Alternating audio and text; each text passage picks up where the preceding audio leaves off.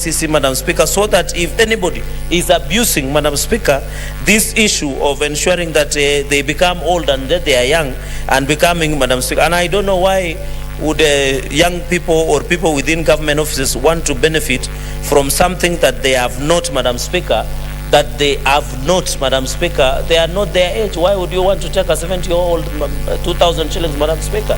Why would you want to? And that 2,000 shillings means a lot to that person, Madam Speaker. Madam Speaker, rarely, I really want to say the committee has done its issue, but also the Ministry of Treasury must, Madam Speaker, I think it has been blamed. The Ministry of Treasury must tell us why there is delay of disbursement of this cash Inua Jamii program, Madam Speaker. And I think it is very important because when the budget has been appropriated, when the money has been dispersed to departments and ministries, why is it that the wazee who have a 70 who depend on cash transfer program? And we know the other programs, Madam Speaker, the issue of a nutrition program, the issue of supporting the OVCs, the orphans and vulnerable in the society. I think the Ministry of Treasury, Madam Speaker, must ensure that they put place in this. And then, Madam Speaker, we should also have a system that what we call natural attrition, or people who have been registered, Madam Speaker. Maybe at a certain age, when you are 70, some beneficiaries have died. So what is the system that the Ministry of Social Protection has put in place? So that if the beneficiaries have died, how do we ensure that they are transited or they are exited from the system so that you don't pay cost people? Number two, Madam Speaker, is there are people who are in 2017, they were not 70 years. Now in 2021, they are 70 years. How do you capture the data, Madam Speaker? And I hope the Senator, the chairperson of Labour, should have sat down and listened to very serious Solomonic submissions that I'm making, so that, Madam Speaker, or he can consult the answer later. Madam Speaker, finally, we need to be given, and I was saying that how do we ensure, we have somebody who is 69 years today, Madam Speaker. Does it mean we need to start a registration? I thought it should be continuous. Why is it that it is easy to continuously register voters to vote, and you say there is a continue? Why then it is hard to register Kenyans who are attaining 70 years and they become vulnerable because they are sickly, they are old, and they need that small amount of money, Madam Speaker? And then finally, Madam Speaker, is agree on how we use a more efficient, apart from M-Pesa, Madam Speaker, even the M-Pesa on the issue of VCD, I think we need to agree and have a uniform payment. And I don't know whether TSC or the NAT and the COPET should be consulted, because in my county, Madam Speaker, the county government of Nandi have paid permanent and pensionable teachers, and ECD teacher earns 10,000, Madam Speaker. That is very little for you. What can you do with 10,000 shillings today? When you are being given a permanent and pensionable, when you are only paid 10,000, Madam Speaker, in Nandi for an ECD teacher. But I really want to thank Senator Cheruiyot for bringing this issue of ECD, because anywhere you go as a senator, they will always question why we are on contract or why we are in pension, permanent and pensionable, Madam Speaker, and yet they are being given uniform remuneration. So I think as a Senate, Madam Speaker, we need to agree on how we can bring uniform remuneration of ECD teachers. I thank you, Madam Speaker, for that indulgence. I will urge the next senators to take a maximum of 3 minutes, because I can see so many people want to contribute to this, and we only have 30 minutes for purposes of this comment. So, Senator Inima Gertrude Musuruve. Thank you, Honorable Speaker, for giving me this opportunity to add my thoughts to these two reports. One, the report that had been presented before the floor of this House by the team of Senator Sakaja is a very important report. When you're talking of NHIF, NHIF actually is supposed to cushion the many Kenyans who are not able to pay hospital, finances. Health is a very important issue, even constitutionally. Article 43 one is very clear that when it comes to health, it is a constitutional right for all Kenyans. So there is need to ensure that these health services are also utilized or are extended to people with terminal illnesses. There are people with terminal illnesses who are actually dying in their houses, in their homes, slowly by slowly, because they're not able to afford health. And we must remember that Kenya is among the countries that signed and ratified, the international law that infers that they will prioritize the health of everyone. Honorable Speaker, concerning the issue of cash transfer, there are so many Kenyans also who are not receiving cash transfers, and in fact, deserving Kenyans who are supposed to get cash transfers, they end up not getting. So there's need to identify, county governments to identify the elderly in their counties, have a database of them, and ensure that they are receiving the health funds, the cash transfer, Honorable Speaker. Now, I want to comment on the issue of education, and this is because I belong to the Education Committee. Honorable Speaker, allow me to say that in the Education Committee, we have talked many times about the scheme of service, and we have interrogated quite a number of governors with regard to paying ECD teachers, because it came to our attention that ECD teachers are even paid like, the kind of money they are paid is very little. It is not money that can help them sustain themselves and their significant others. And I agree, yes, with Senator Sakaja that there is need to ratify, but before ratification, before this House, there is need for public participation to be brought, public participation to be done, so that there is agreed amount of money that, the teachers can be paid, and also stakeholders in education can be brought on board to bring their thought, Honorable Speaker, so that the ratification is enriched by stakeholders, Honorable Speaker. And even my suggestion is that, the Teacher Service Commission should be empowered, should be given more money so that they're able to employ even ECD teachers, because the Teacher Service Commission has, a way in which they're able to pay teachers according to their grades, according to their education and all that. So there's need for a system like that to be devised, so that the government gives more money to Teacher Service Commission and gives them the teeth to ensure.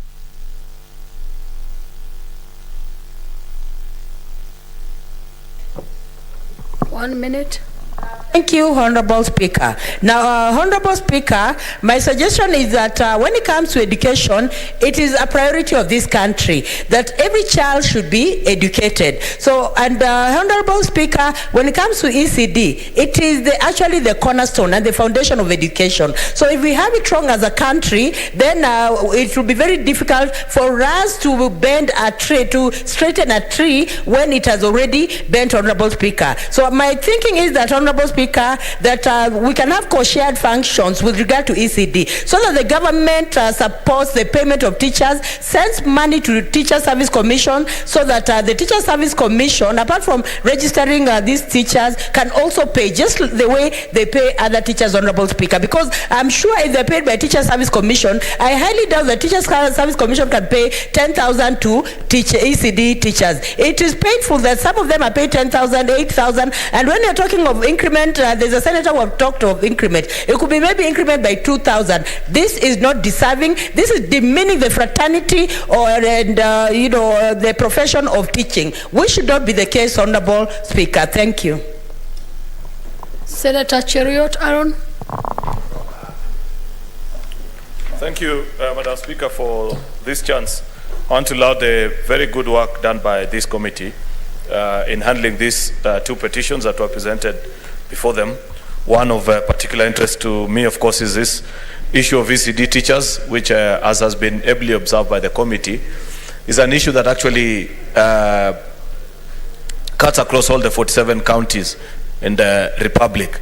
And I agree with the recommendation of the committee that actually it's more of a failure on our part, more than the county governments, in ensuring that we can have a unified scheme of service for the entire 47 county governments, so that we don't have this disparity, as was described by the chair, Madam Speaker, where you have teachers in Nandi, Kericho, Bomet, which are three neighboring counties that share almost every other demographic. But when you look at the disparity in terms of pay for ECD teachers, it is at great variance, Madam Speaker. Therefore, while I agree with the committee that a notification needs to be sent to the COG, I don't know who their CEO is after the previous one. On many occasions, when we had such matters, I know she used to be quite diligent in ensuring that when Senate passes similar recommendations, in no time, committees will actually receive proposals from COG on what needs to be done. I believe this is work that the current leadership at COG can ensure that is proposed to us on what will, on average, will be a similar pace, sort of akin to what is done with teachers who are teaching in the rest of the lower level education that is unified across the country, Madam Speaker. That's a very important aspect, and it's something that the teachers in Kericho raised during the visit by this particular committee, Madam Speaker. Therefore, I agree with their proposal. As a senator of this county, I'll ensure and see to it that all the binding recommendations which the specific committee in charge of public service in Kericho actually promised in terms of remuneration and absorbing this number of teachers in the different phases that they outlined for us, we will ensure, Madam Speaker, that we take them to task. Finally, Madam Speaker, just by way of quick mention, is this program of Inua Jamii, a very noble social welfare support program, which unfortunately government has not been able to streamline. Of course, and the unfortunate thing, Madam Speaker, is that while we hear all these problems and issues that are rising at the head office, it is our sincere most hope that by use of ICT, government can actually leverage on it to ensure that all the elderly persons in our country are registered and they are actually captured on the program, so that these almost 120,000 that are 130,000 that have been left out begin to benefit, as such that you ensure that at the end of life, say for any 70-year-old and above, they immediately gotten out of the system, so that you have others join onto the program, especially with regards with the introduction of this new phase on NHIF. When you read the cost that is lacking, Madam Speaker, only 4.9 billion Kenya shillings is what. Your time is up. Senator Halake Abshiro.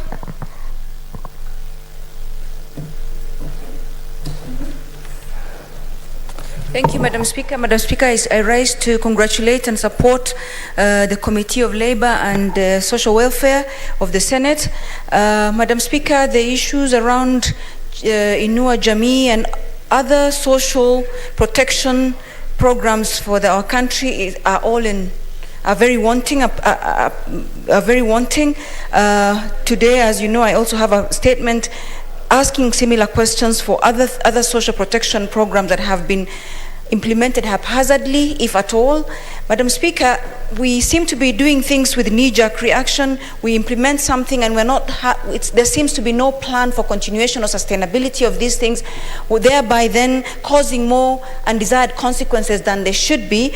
While observing that the Jamii program that Parliament is enacting the care and protection of older members of society, and that there's also the management information system that's being put in place.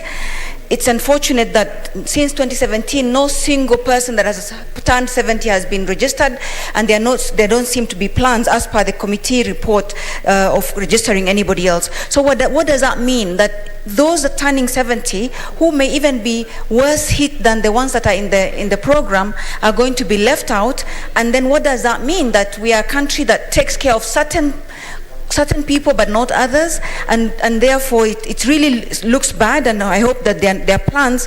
I'm not also seeing much in the way of the committee giving certain consequences for non-performance or non-correction of this. And what I've observed since I got to Parliament is that social protection programs, especially because they are poor-facing programs, are not taken so seriously, perhaps because they're not so important, or they're not area of focus, or that there are no consequences. So how are we going to see things being corrected, if at all there's need to be corrected? The issues of NHIF, the issues of ECD, knowing that these are the foundational programs, and while we're happy that the committee managed to secure certain increments, I couldn't help but wonder if that's the right way to do things, that a committee goes and the governor, in all his philanthropy, decides to increase. Is that the Kenya we want? Is that the non-systems, is that a good thing or a bad thing? While congratulating the committee, I was a bit saddened that this is how things are done in our counties, that we come before the governors and they are so almighty that they can just at the sitting just decide that, they can increase. Why did they not do this before? Is there a system then in place, and are we going to be relying on the philanthropy and goodwill and mercy of governors or of counties at this point? So I congratulate the team and for a job well done, but I don't see any consequence that has been put for anybody to change the way things are at the moment, and therefore as this House, we better think of making sure that our reports are not just fluffy and just giving recommendations that will never see light of day. I support, Madam Speaker. Senator Mugeni Eric Okong. First, Madam Speaker, I want to join my colleagues in thanking Senator for Nairobi for a job well done. As always, Mr. Speaker.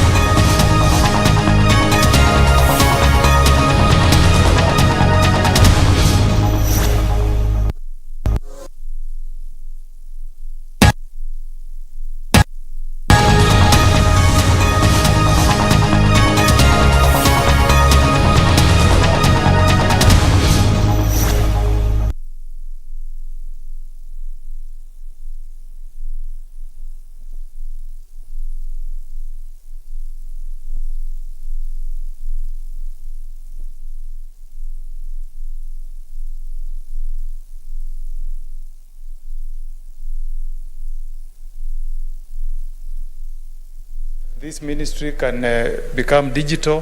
What they do, Madam Speaker, is that every 3 years they try to do a fiscal verification on the people who may have passed on and those who are still alive. But I thought, Madam Speaker, the easiest way to do verification is to have a digital connection between the ministry and the registrar of births and certificates, so that the moment a death is registered, then automatically that person is removed from the system. Otherwise, it's a of His Excellency Kibaki, people threw mud at the late President Daniel Toroitich arap Moi. Only a few days later and months to come and claim, Moi's time he did work. Sometimes it's good to appreciate what is done. I was also in this parliament when one member then in 10th parliament stood and said that His Excellency President Kibaki was to be described as General Kugoya for whatever it means. Today, when I go across most of the parts in this country, I find people cherishing the times and the deeds of Honorable His Excellency Mwai Kibaki.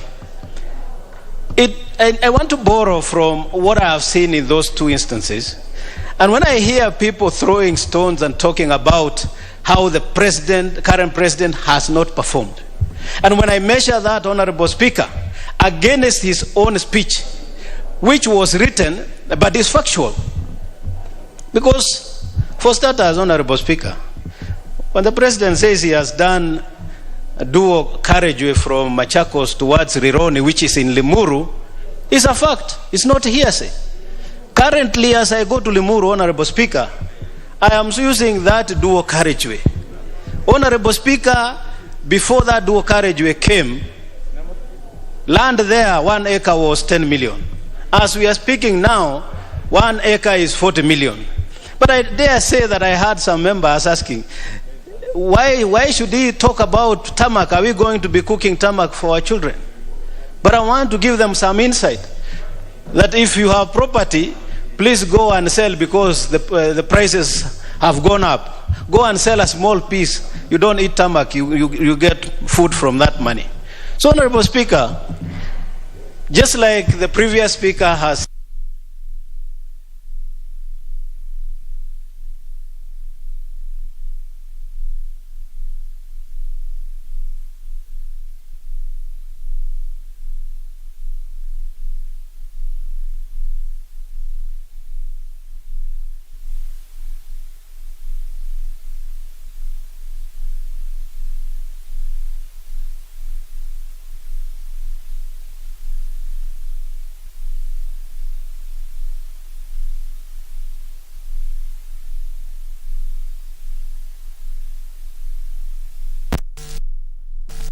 those graduates are either attached or taken or absorbed by government ministries. And this is one of the things that the youth are appreciating, that not only are they going to school, but there is one program which is properly crafted by the Jubilee government, led by none else but Uhuru Muigai Kenyatta, which has thought about the youth, and that they are doing that internship not only to walk to the places of work, not only to go and work, but also to get a stipend of 25,000 shillings so that they're able to take care of their welfare. And that is a program that has been appreciated. Now, if we do not appreciate such deeds, and we start talking about the debt that we have, I'm just coming from a trip, Honorable Speaker. And I don't know which country in this world that does not have a trip. Members who are complaining about the debt, they've been coming here and they've been asking that we need to allocate money for security roads. Now where do we get money when we have COVID-19 ravaging our economy? And then we also want roads, we want water, we want schools. We were quick to criticize, Honorable Speaker, that the president who is leading the government that has accumulated debt, which is not the only debt anyway, because by the time he came, we had also debt, is not performing. Honorable Speaker, let us say it for what it is, that the Honorable President of the Republic of Kenya, His Excellency Uhuru Muigai Kenyatta, only on Monday, and I was in that pass-out parade, presided over the recruits who graduated. We are having 5,000 police officers who will be guarding or giving us security during next year's general election. It's not that he doesn't want to go home. He says, my time will be up in August, but I want peace. I want peace for those people who will be going for elections, and that is why I'm putting this in place. Together with that, Honorable Speaker, I am sure that people know very well that he's been, and he said it yesterday, he's been taking care of the welfare of police officers in the manner that he has reviewed the remuneration, the benefits, the insurance, and so on, so that they are motivated. He has done hospitals. In fact, the other day with my committee, we went to Kanyonyo, and I want to thank him because when we petitioned, we got 240 million for completion of that hospital. Because those police officers who are guarding our boundaries, our borders, have always suffered casualties. But all the time, they are taken to public hospitals where they don't probably get the important attention that they require because of the specialized nature of their work. But you go to Kanyonyo now, Honorable Speaker, the hospital is there for everybody to see. And not only that, on Monday, he was groundbreaking for another referral hospital on Bagathi. This is the president. They are saying it's not working. And I know he is working, especially, Honorable Speaker, after the handshake happened. We know before the president got together with the deputy, there was a lot of acrimony. And truth be told, there was a lot of acrimony between the two communities. And the president reached out. Some of us were wondering, because I remember during the 2010 constitution, I was on the same side with the deputy president of no. And I came to learn I didn't know what I didn't know. I came to know something that I didn't know. When he reached out to the deputy president and he said, we must forget what happened before and we must soldier on. He went against our own thinking that he would go there. He brought him on board and there was peace. And then I asked myself, when he goes for a handshake with the Right Honorable Raila Odinga, who is a Kenyan, why must some sections of Kenya start calling him Muganga? Why? Who is a Muganga? A Kenyan is a Kenyan, and we have all the same right. And he can be president. In fact, he will be the president. Because he is magnanimous enough to shelve all his ambition and come and hold the nation together. So, Honorable Speaker, I support what the President said.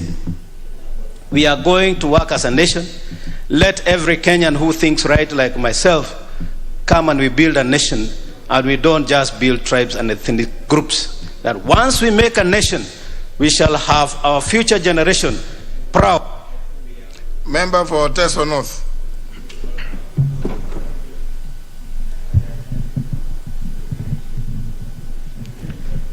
Thank you.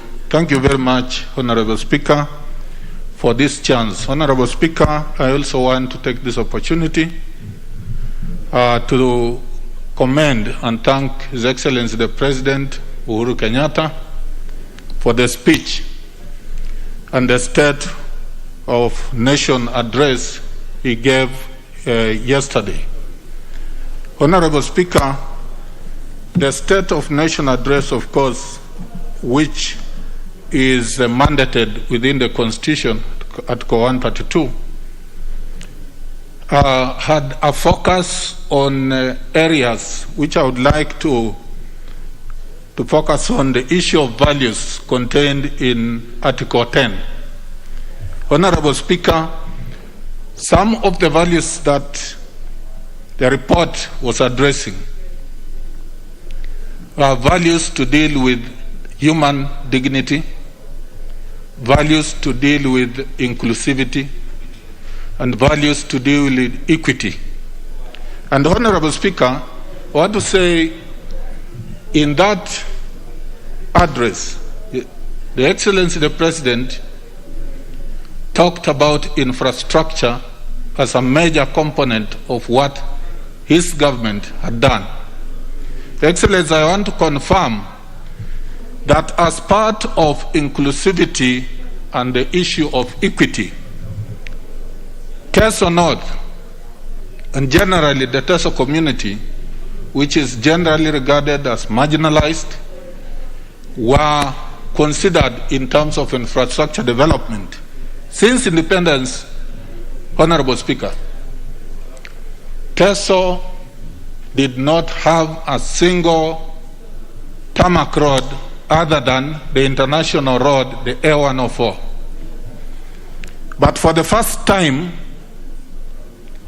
during this term, two major roads have been constructed by this government of His Excellency, the President, Uhuru Kenyatta. The road from Busia to Malaba is now complete, Honorable Speaker, and the road from Malaba to Kakemer.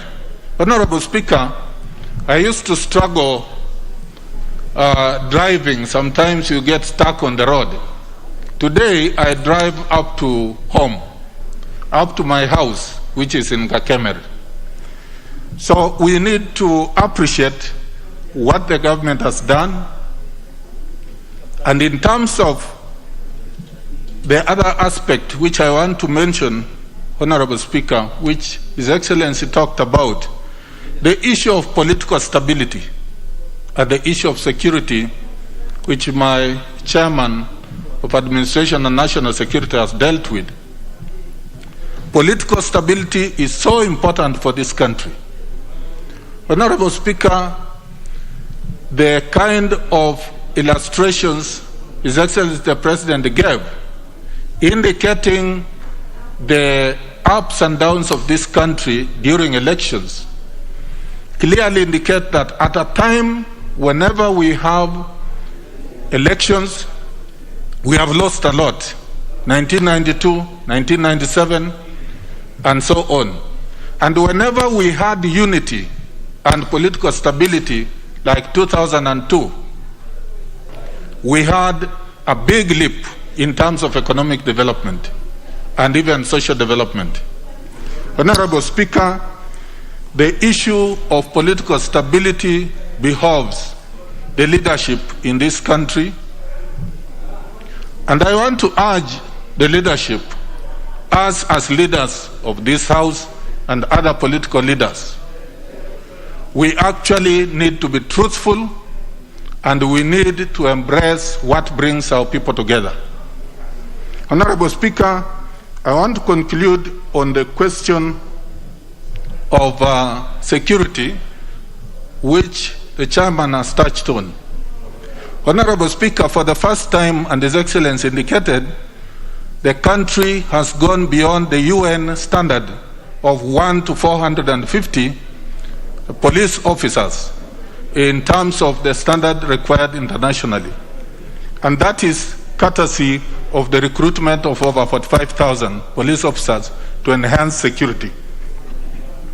Honorable Speaker, I want to once again commend His Excellency. Member for Garissa Township. Thank you, Mr. Speaker. Mr. Speaker, let me start by saying that the President came to this House yesterday in accordance with the Constitution, and more specifically Article 132, 1B. And this is the fruits of the 2010 Constitution.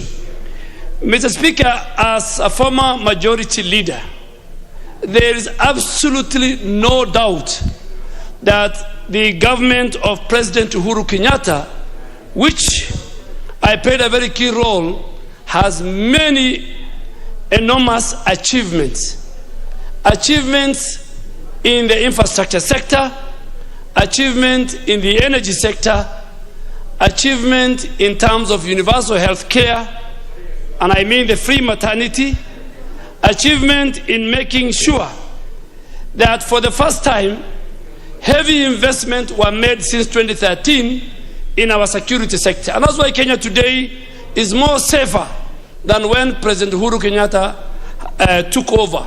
The investment in our intelligence, the investment in the equipment to our security forces, the investment in our military Kenya Defense Forces, and many, many others. Mr. Speaker, when President Uhuru Kibaki was leaving at the end of 2013, Kenya Revenue Authority was collecting 967 billion shilling. And when President Moi was leaving office, they were collecting annually 200 billion. And I'm sure 2020, Kenya Revenue Authority collected 1.7 trillion. So the achievement of this government and the footprints of this government are found in each and every village in Kenya, Mr. Speaker. Whether it is connectivity to electricity, whether it is water, that is not disputed, Mr. Speaker. But Mr. Speaker, as a legislature, we must say what government has done and what government has not done. Mr. Speaker, just on the onset, to remind this House, when President Moi was leaving, the annual collection was 200 billion. The GDP at that time was 1 trillion. And the debt that President Moi left for us was at 620 billion. And that was 60% of the GDP. At that time, our population was 33.7 million. Mr. Speaker, when President Kibaki took over, KRA, and by the time he was leaving office, KRA has collected 963 billion. And that is 380% from where President Moi left. Our GDP by then was 6.3 trillion. And that was above, I think, 545% from where President Moi left at 620 billion. But he also left us with a debt of 1.8 trillion. But he reduced, that was 30% of our GDP. Today at 2020, President Uhuru Kenyatta and our administration raised the KRA annual collection to 1.7 trillion. that was 66% growth. Our GDP, Mr. Speaker, was at 2020 8.7 trillion, which is about 31.8%. But our debt, direct debt, was at 8.7, and indirect debt, which is the one that's given to parasitos, at 3.3 trillion. So as of today, we are standing at 11.7 trillion. The achievement of President Uhuru Kenyatta and his legacy, it's not for even him to write it. I saw the newspaper saying, my legacy. The legacy of President Uhuru Kenyatta will be said by the people of Kenya. It will be written by historians.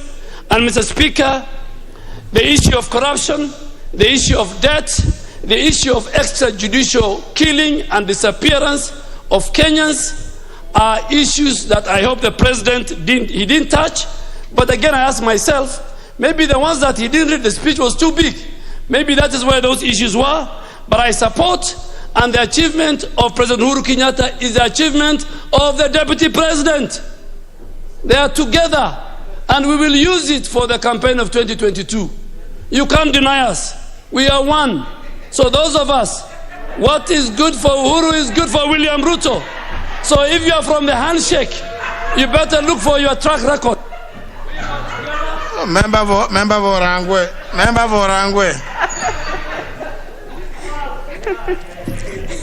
Thank you very much, Honorable Speaker. Interesting times, interesting happenings, interesting hearings, that they are going to use it for 2022. But Honorable Speaker, I should think that the handshake has run away with it, because at the point where my senior Honorable Duale is talking about having been together, I think there has been quite a bit of mix-up. But I want to take this opportunity, Honorable Speaker, to thank the Honorable President Uhuru Muigai Kenyatta for his well-articulated speech, national address on what he has done over the years, over 8 years. And before I make contributions on what transpired yesterday, I want to take this specific chance, Honorable Speaker, to thank Honorable Uhuru Muigai Kenyatta as the President of the Republic of Kenya for the level of composure that he has shown as a president. Honorable Uhuru Muigai Kenyatta, Honorable Speaker, is one president who has taken in so much. I should think that for the level of the things that we have seen in this country in the past, especially the last 4 years, where he does things and everyone wants to say that he's not done them.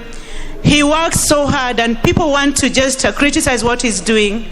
But he's taken up his composure just to continue working. And he has worked, and he laid it bare yesterday on the floor of this House, Honorable Speaker. And among other things, what he was talking about, Honorable Speaker, are things which can be seen. I didn't hear anybody negate when he says that he has done this, and people would say that he has not done them. When Honorable Uhuru Muigai Kenyatta, who is the fourth president of the Republic of Kenya, retires from his presidency, at least for heaven's sake, Kenyans will know, they will touch, they will have seen what an expressway is. Yes, we are catching up with the standards of Dubai, Honorable Speaker. So if there is only one single thing, other than affordable health care, other than improved food security, other than improved education in this country, I am looking for that particular specific day when it's going to take exactly 20 minutes to cover more than 40 kilometers in Nairobi. And when we improve infrastructure, Honorable Speaker, I think we go quite a bit. So when a man does a good job, he expresses what he has done with a lot of ease. Even the way he was delivering his speech yesterday, I've never seen a very happy and a calm president. I've never seen Honorable Uhuru Muigai Kenyatta in his warmest condition. He was very relaxed, Honorable Speaker, because he knows he's done a good job. In the backdrop of distraction, in the backdrop of noise, in the backdrop of his not working, but he delivered his speech saying, this is what I have done in 10 years. And he was able to talk about what he has done to reform our security sector. Which is this country that can stay without improved security? He is talking about the welfare of our security organs. He was talking about what he has done in improving their life condition. And I want to make a special appeal to His Excellency the Honorable President Uhuru Muigai Kenyatta that Rangwe sub-county does not have any police vehicles. Honorable Muigai Kenyatta, please, when you talk about infrastructure or improving the working conditions for police, my OCPD does not have a vehicle, my OCS does not have a vehicle, my DC does not have a vehicle. Please, the President, please kindly intervene on this matter. You did well, you've done well, we will support you. The handshake is there, it is there to live. My boss said we support you, and the word of Raila Amolo Odinga is law. When he says we follow. When you still want our support, Honorable President, we will give it to you. Take it up from there. Member for Samburu. Asante sana Mheshimiwa Spika kunipatia nafasi hii niungane na wenzangu kumshukuru rais wetu Uhuru Muigai Kenyatta kwa kazi ile amefanyia Kenya.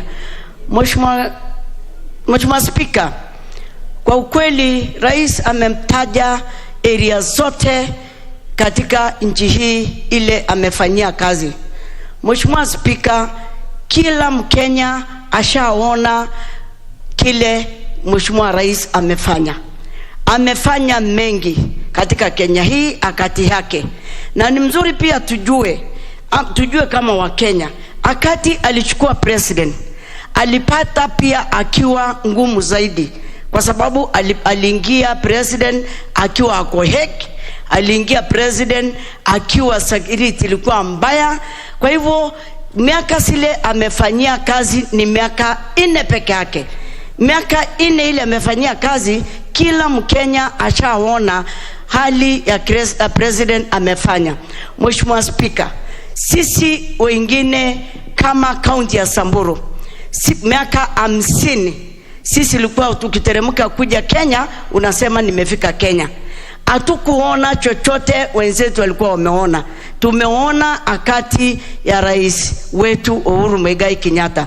Tumeona stima ile hajawahi kuonekana.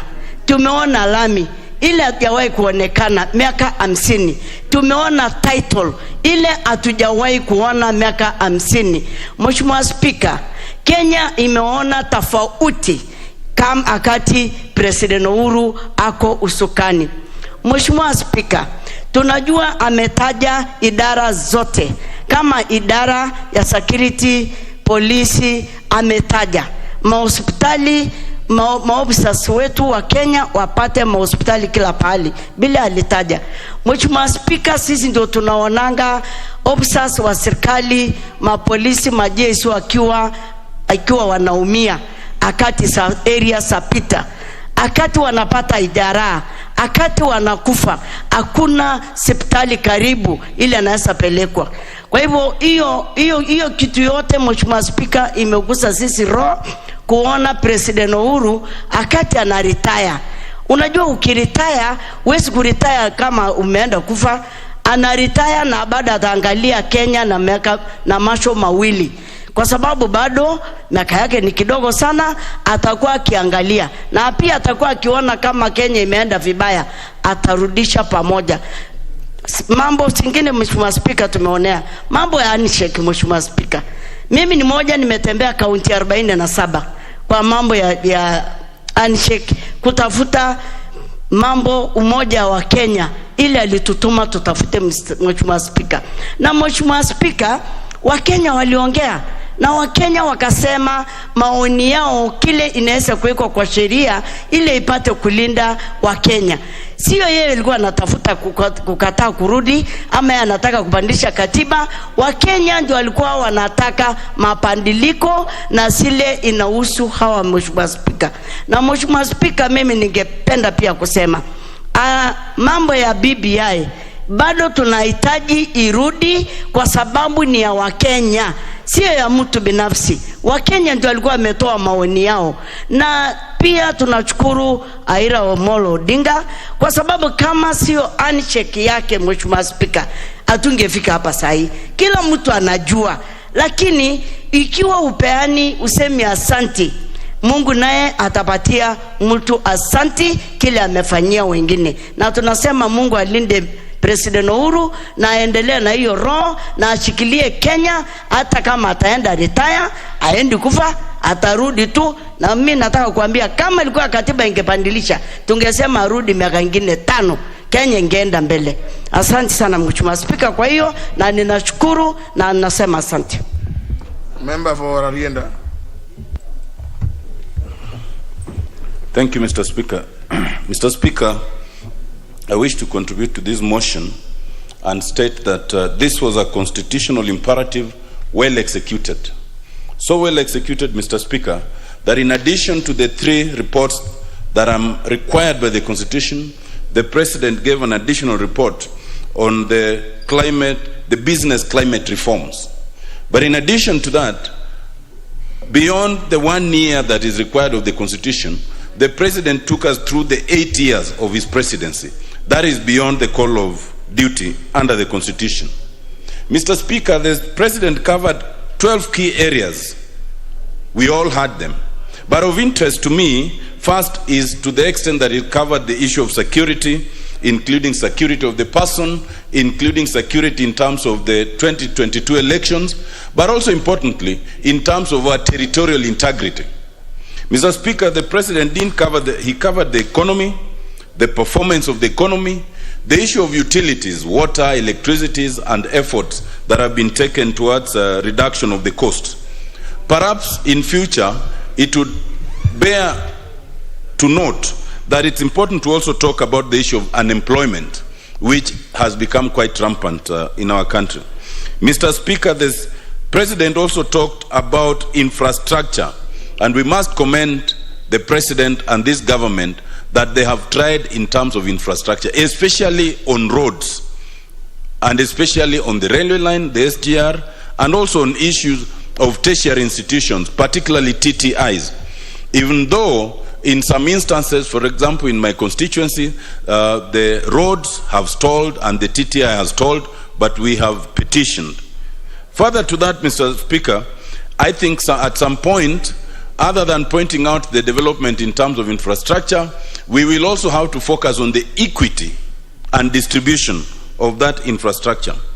The President didn't touch on, he touched on international relations and observed an observation I agree with, that it does not bode well to just close borders because COVID will invade us anyway. It is the practices that we observe internally. But more importantly was his favorite refrain, not an inch more, not an inch less. A refrain I fully agree with. In terms of Article 10, Madam Speaker, it covers national ethos, it covers national unity, it covers issues of inclusivity and equality. So those who fault the President for having talked about what could have been gained in the BBI document are forgetting that the Constitution requires the President to talk about the national values in Article 10. You cannot talk about the national values in Article 10 if you will not talk about sharing of power, if you will not talk about equality, if you will not talk about participation of the people. It was therefore a constitutional imperative that the President talks about these things. Whether you agree or not is a different matter. For my part, I agree with the fact that he spoke about them and with the manner in which he spoke about them. It should be remembered that when the President talks of a lost opportunity, it is not a lost opportunity for the President or for those who support him. It is a lost opportunity for all of us in this country. And therefore, when the President says that the good ideas in BBI will be back, that is merely a prophecy. but it's a prophecy that must come to pass in two respects. One, although the Court of Appeal pronounced itself, the Court of Appeal did not pronounce itself on the substantive proposals in the BBI document. The Court of Appeal pronounced itself and focused on certain procedural issues. Those procedural issues can be addressed at any time. In any event, we cannot suppose that the Supreme Court, before whom the matter now lies, will agree with the Court of Appeal.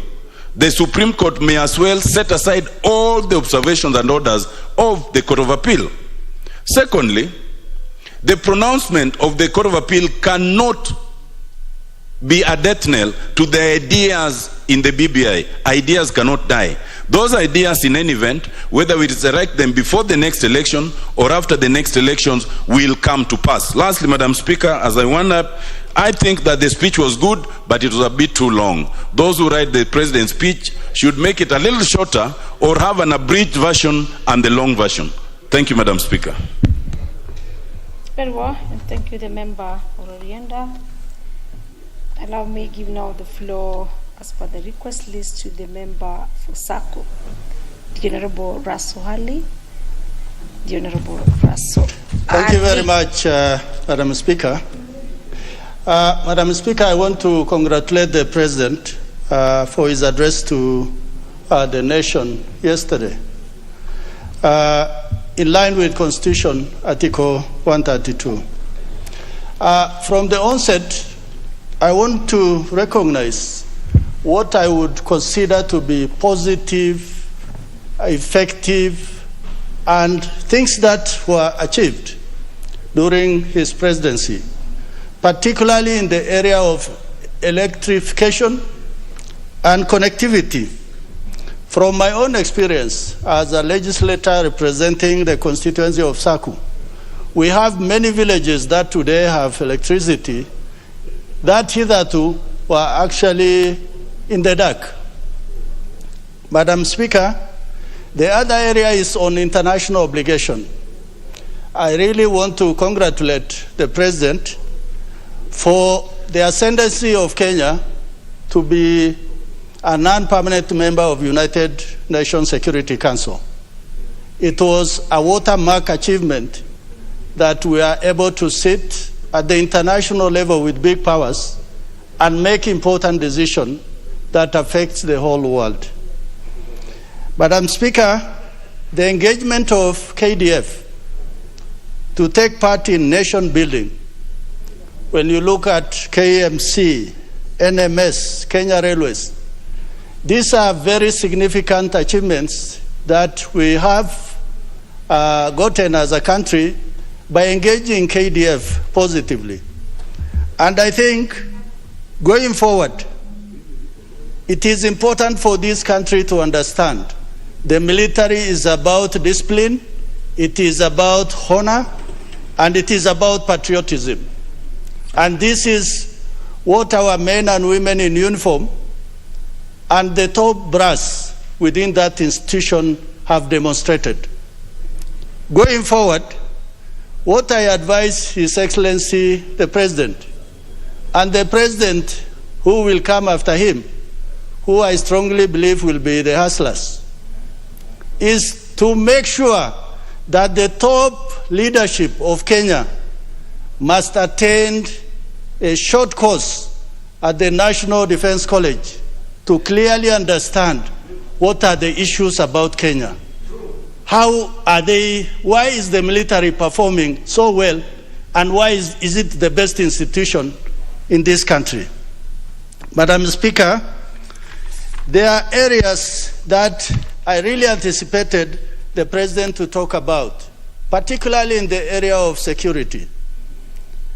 As one person who is representing a constituency that has had significant insecurity problems, particularly in terms of deployment of enough boots on the ground, enough officers to look around and combat bandits, to recover people's properties, to be able to pursue killers, then I think on this end, we as the people of Marsabit, and in particular Saku constituency, we expected a lot from the President to this end.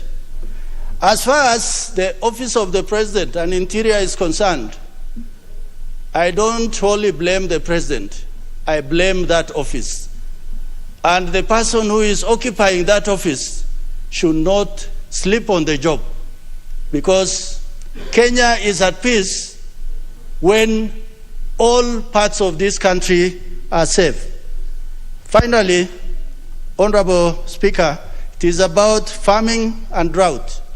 We expected the President to talk about it, because on issues like offtake and others, nothing appears to be happening.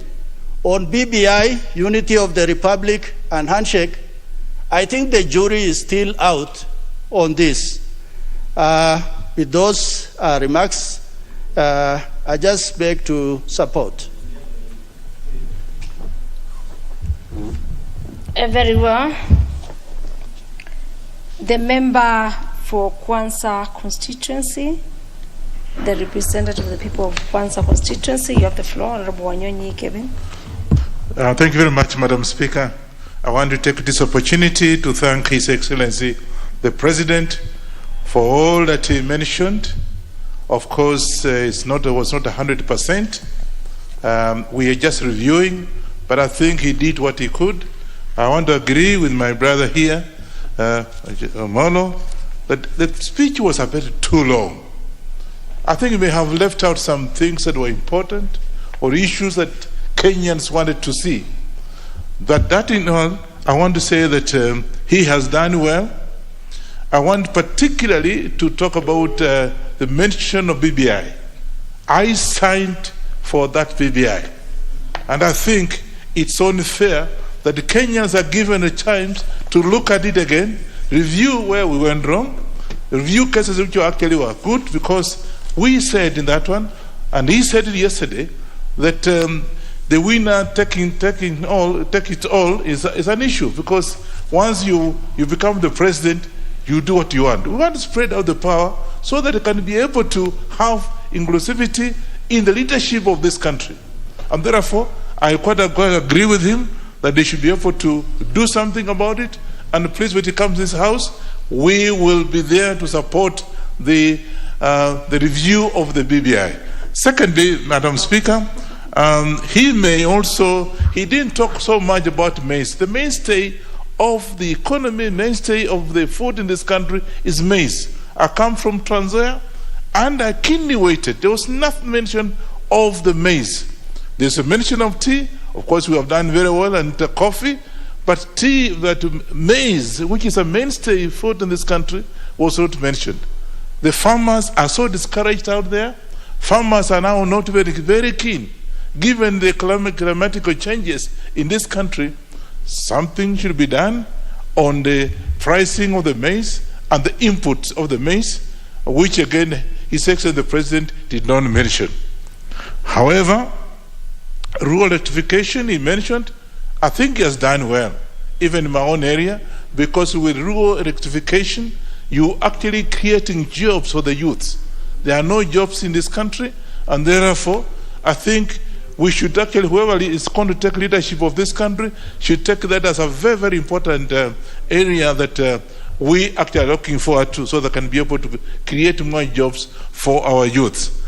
Again, the infrastructure, of course, he has done very well in terms of the railways and what have you, highways. But in my own case, I have a problem, Madam Speaker. We did a road, and that road supposed to have been completed to connect with our neighboring states, Uganda, but it only went for about 11 kilometers and stopped. Today, there's nothing.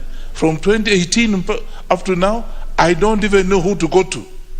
So I'm wondering whether this is actually a preference on the infrastructure, because I know for sure that some areas are getting roads, very high, the modern roads. And some of them are actually they are even constructing new roads.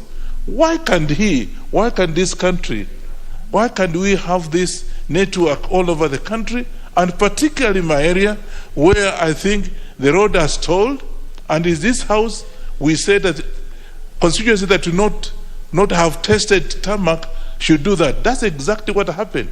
But the road now has stopped, and some areas, I'm afraid, I can see, I read, I hear, he mentioned that some areas they are doing very well in terms of road network, but something should be done because my roads actually were connecting the neighboring state, Uganda, which of course has a lot of influx into a country, and they bring a lot of businesses. So that again is something that His Excellency the President missed. The last one I mentioned before, the devolution, this is health. Health, much as evolved function, it has not done very well. We have cases where much as we have new machines that he mentioned, but go to any county hospital, there are no trucks. I think even workers are going on strike. Something should be done. Health should come back to the central government. With those few remarks, I want to say thank you, Your Excellency. You had a very good speech, but let's take... The member representing the people of Central Imenti, the Honorable Kirima Gushine. Member for Central Imenti, I have been informed that is consulting. Then we have the member for Daya, the Honorable Mugambi Gichuki. The member for Daya constituency, the Honorable Mugambi Gichuki. You have the floor. Thank you so much, Madam Speaker, for that opportunity. Madam Speaker, I want to congratulate the President for performing this great duty and obligation, constitutional obligation, with distinction. The State of the Nation address was delivered with precision. It was well detailed, and it did reflect nationalism and patriotism, Madam Speaker. Madam Speaker, it's true, the President has done a lot for this country. He's been committed to ensuring that this nation moves forward in all aspects, economically, politically, and socially. Madam Speaker, it is true, his legacy on infrastructure will go for many, many years unchallenged, Madam Speaker. That today we are able to connect almost everywhere in this country through tarmac, Madam Speaker. That today virtually every farmer is able to get his or her produce to the market without a problem, Madam Speaker, is a great credit to His Excellency Uhuru Muigai Kenyatta. Madam Speaker, it is true he's done a lot in healthcare sector. And I want to say thank you on behalf of Othaya people, where the President has given us a level 6 hospital, Madam Speaker, and which he did mention yesterday. We know we've made a great milestone in healthcare, Madam Speaker. The number of hospitals the President has constructed actually is almost double than what we had since independence, Madam Speaker. And we know that this is great for Kenyans. And going forward, we are sure that we'll see less Kenyans traveling out of this country, going out there to look for healthcare services abroad, Madam Speaker. We know the President has also gone out of his way to even partner with countries with advanced medical personnel like Cuba to ensure that Kenyans can receive the best at home. We want to congratulate the President for going out of his way to do what not many people would do. Madam Speaker, we also would want have witnessed a lot of growth in agriculture, particularly his intervention on tea sector. Would want to laud it. It was timely, and we know going forward our tea farmers will benefit from these interventions. Madam Speaker, we can't forget that at one time milk prices had plummeted to the lows of 17 shillings. And today, at least the farmers are able to get good prices out of their milk production, Madam Speaker. We want to congratulate the President on the way he's dealt with crisis. I think during his tenure, we've had quite a number of crises. For those who can remember, we had this crisis of Al-Shabaab when he took over, and which he's really tried to deal with. And we know the country has witnessed some peace and safety, Madam Speaker. We've had locust inflation, which also disrupted agriculture in quite a number of many parts of this country. And again, he was able to deal with it. We've also had this COVID, Madam Speaker, and I would like to congratulate him on the way he steered, especially the economic sector, the banking sector. We know we've had a stable banking environment during a very difficult moment of COVID, Madam Speaker. I would also want to congratulate him on the social safety net that is rolled out for Kenyans during this difficult moment. And those who are saying that he's not been able to care for the less fortunate, they should just reflect on the social safety net that this country has had. Thank you, Madam Speaker. I beg to support. Very well. The honourable member for Mwingi West, Guna Gusia, Honourable. Thank you, Madam Speaker. CNN. Yes, thank you, Madam Speaker, for the opportunity given to me. Madam Speaker, let me take this opportunity indeed to congratulate our fourth president for the constitutional imperative he well executed and fulfilled yesterday. Madam Speaker, on behalf of people of Mwingi West, I salute our president for that. Madam Speaker, secondly, the president reminded us that epic things indeed can start with small, humble steps. The president, I liked his introductory part of his speech when he started reminding us how he started his life. And for the first time, indeed, he had mixed fortunes of even failing parliamentary seat and eventually getting nominated and eventually becoming a cabinet minister and many other steps he went through. I don't want to deal much on that, Mr. Speaker. Madam Speaker, on that note, I liked the part when he said we need to show empathy to each other when we are in August House. Mr. President served both as official opposition leader, so he was in this part I am seated now. Then the other time he served as in the government, and it is a good thing. Which part are you the official? I am in opposition, Madam Speaker, and through the NASA coalition, we are still the officially recognized opposition. And Madam Speaker, I'm proud of it because I know next year I will be in government straight without even hesitation. Madam Speaker, the President began the speech by actually looking at some of the issues of intervention during the COVID time. And let me take this opportunity to appreciate him. Honorable member, there is an intervention. I don't know it is a intervention from the member from Katundu North? No. Okay. Just carry on. Okay. Okay. Issues of COVID. We know his leadership has been dogged by many challenges: health crisis, financial crisis because of the COVID-19.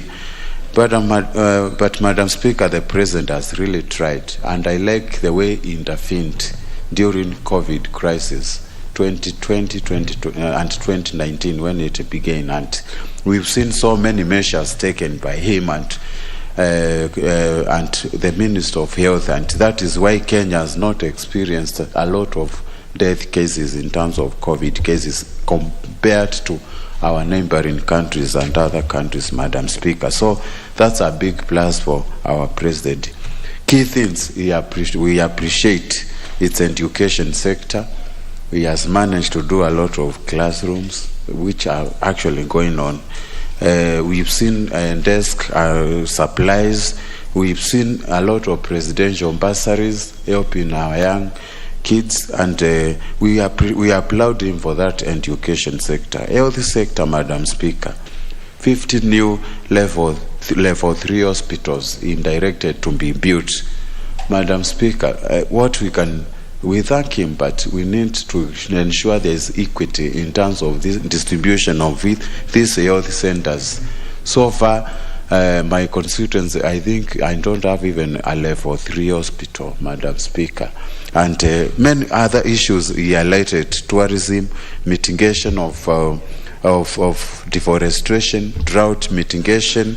He has done a lot in terms of water, ponds, earthy dams, infrastructure. 10,000 kilometers of road. It's not a joke, Madam. But Madam Speaker, before I conclude this, I would like to remind the President, his Lenkas in Ukambani, the road from Kibwezi, Kitui, Migwani, Bondoni Road. It is on the verge of stalling, Madam Speaker. So we need President to intervene that, so that it can be completed before his end of his term. Madam Speaker, I liked the issue of electrification. Although we need to revise these facts. The President did state that 90% of our schools are connected with national grid, but I want to disagree on that. I think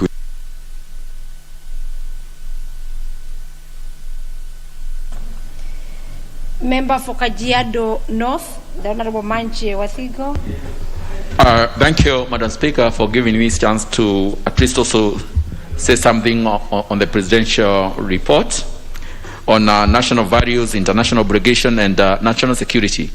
Madam Speaker, when I listened to the President yesterday, I got a feeling this is a man who knows the vision of the country. And actually a good CEO is somebody who knows where the entity is and where it is going. So I think, according to me, he has a clear vision of this particular country. One of a good president in any country is a president who knows how to administer the country, somebody who has public persuasion, somebody who deals with the economy properly, and also somebody who knows how to deal with crisis. Like the one we had, COVID-19, that has been a problem world over. He had managed to maneuver it through and come up with an economy that was still performing in the positive. Many other countries were performing in the negative, including the United States of America, but Kenya managed to get at least 3% growth rate despite the fact that there was COVID. Madam Speaker, one of the fundamentals of trade in every country is transportation industry. And he had managed to construct railways, tunnels, bridges, airports, seaports. You can see them, Lamu, Mombasa, and elsewhere. By the way, no country that can develop without a good transportation system, and Kenya is toward that direction. He mentioned it took about 200 years for America to turn around. And what happened in those years, 1956, the then President of the United States did something fundamental that brought America where it is today. He created trans-state roads connecting all the states in the United States of America.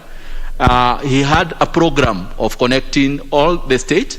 And when you connect states the way the President is connecting counties and areas, you ease trade, because a country cannot develop without trade.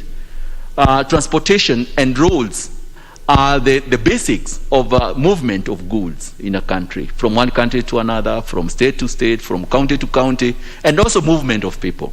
Because if we have very good roads in the country, you will find that people will be working in one area and staying in a different area. And that's where we are heading to.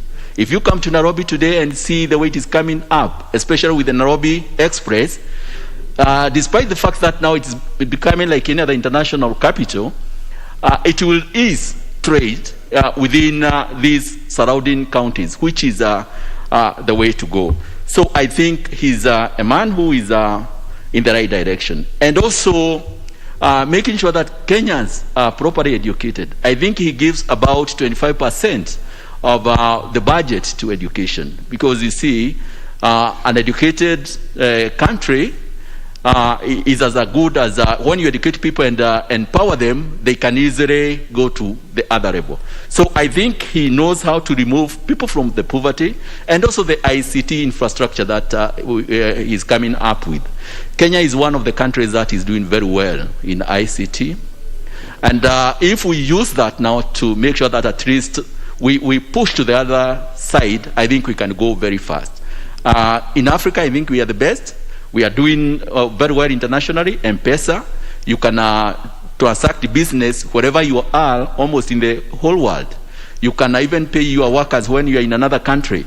So I think this is very good for our country. But having said that, we still have challenges that we need to deal with, like corruption that we have in the country. No country that has ever developed if it has corrupt officers. By the way, the 20 most poorest countries are the 20 most corrupt countries at the same time. So unless we fight this thing, we cannot get ourselves out of this poverty. And now that we are coming to an election, we have to make sure that we don't elect corrupt people in leadership, because that's what America did. If you continue electing poor people, then you will never claim this country. The other thing that we have to deal with is political parties. We have to establish good political parties in this country so that at least during that transition, we can transition it to good leadership. I support the report. Thank you very much. Very well. The member for Rongai constituency, General Moi Kipruto. Thank you, Madam Speaker, for the opportunity to contribute to the President's address. Madam Speaker, the Article 132 of the Constitution mandates the President to address a joint sitting of Parliament once every year. And the 2021 State of the Nation address, Madam Speaker, was on the progress that Kenya has made in the social, in the economic fronts. And then also there was emphasis on the programs that had been put in place to mitigate some of those health issues that arose because of COVID-19, Madam Speaker. The address also, Madam Speaker, noted the physical measures that the government had put in place, both for the private and the public sector, in reducing the effects of the health pandemic. Also, some of the measures that the government did, Madam Speaker, was on issues of Kazi Mtani, an initiative to create employment for the youth, which would create a sustainable income for the youth, Madam Speaker.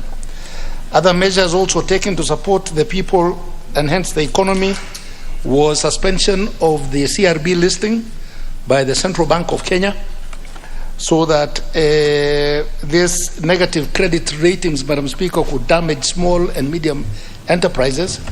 So the government did away with that. They also did automation of the land registry at the house, Madam Speaker. Also, the registration of businesses could be done electronically, Madam Speaker.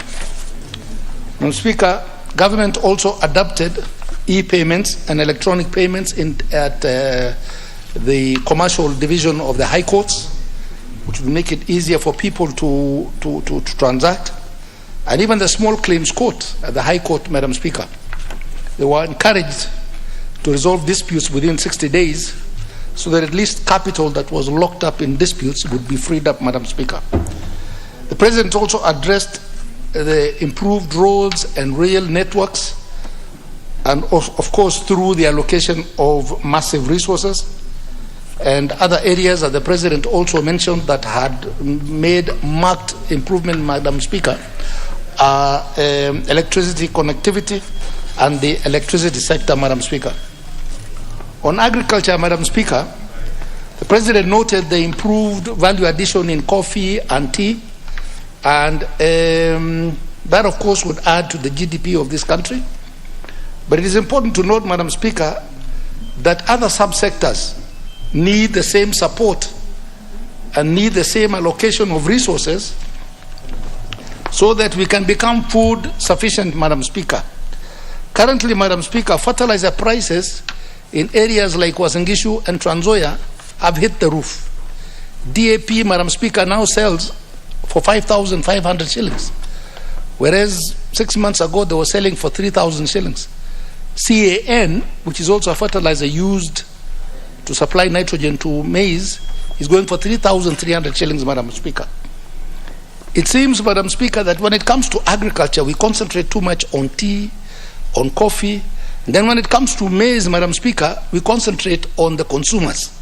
We don't concentrate on we don't give focus to the producer, the farmer. I'm also a maize farmer, Madam Speaker, and I know that there's a lot of disappointment in places like Uasin Gishu right now, and Trans Nzoia also, because that emphasis has been put on producers and so forth, on consumers. The government should refocus. They should refocus and look at the farmers. Otherwise, we will be disappointed and go to engage in other activities, Madam Speaker. And a nation that cannot feed itself is a weak nation. You cannot depend on other people to feed you. And we cannot, as a government, you cannot be patronizing foreign farmers as opposed to looking at your own farmers. And the problem with this, Madam Speaker, is also, of course, the issue of corruption.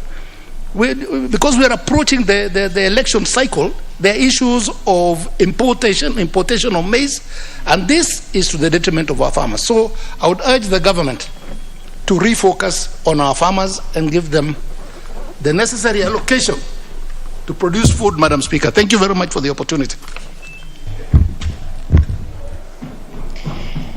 Honorable Member for Kabondo Kaspul constituency, Honorable Bara Akinyi. Honorable.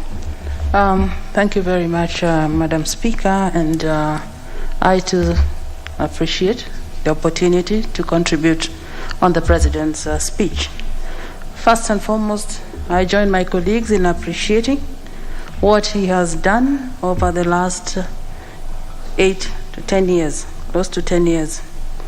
Madam Speaker, what struck me most was his humility and the manner in which he presented himself before us here. Madam Speaker, it is something that we need to emulate as leaders about him.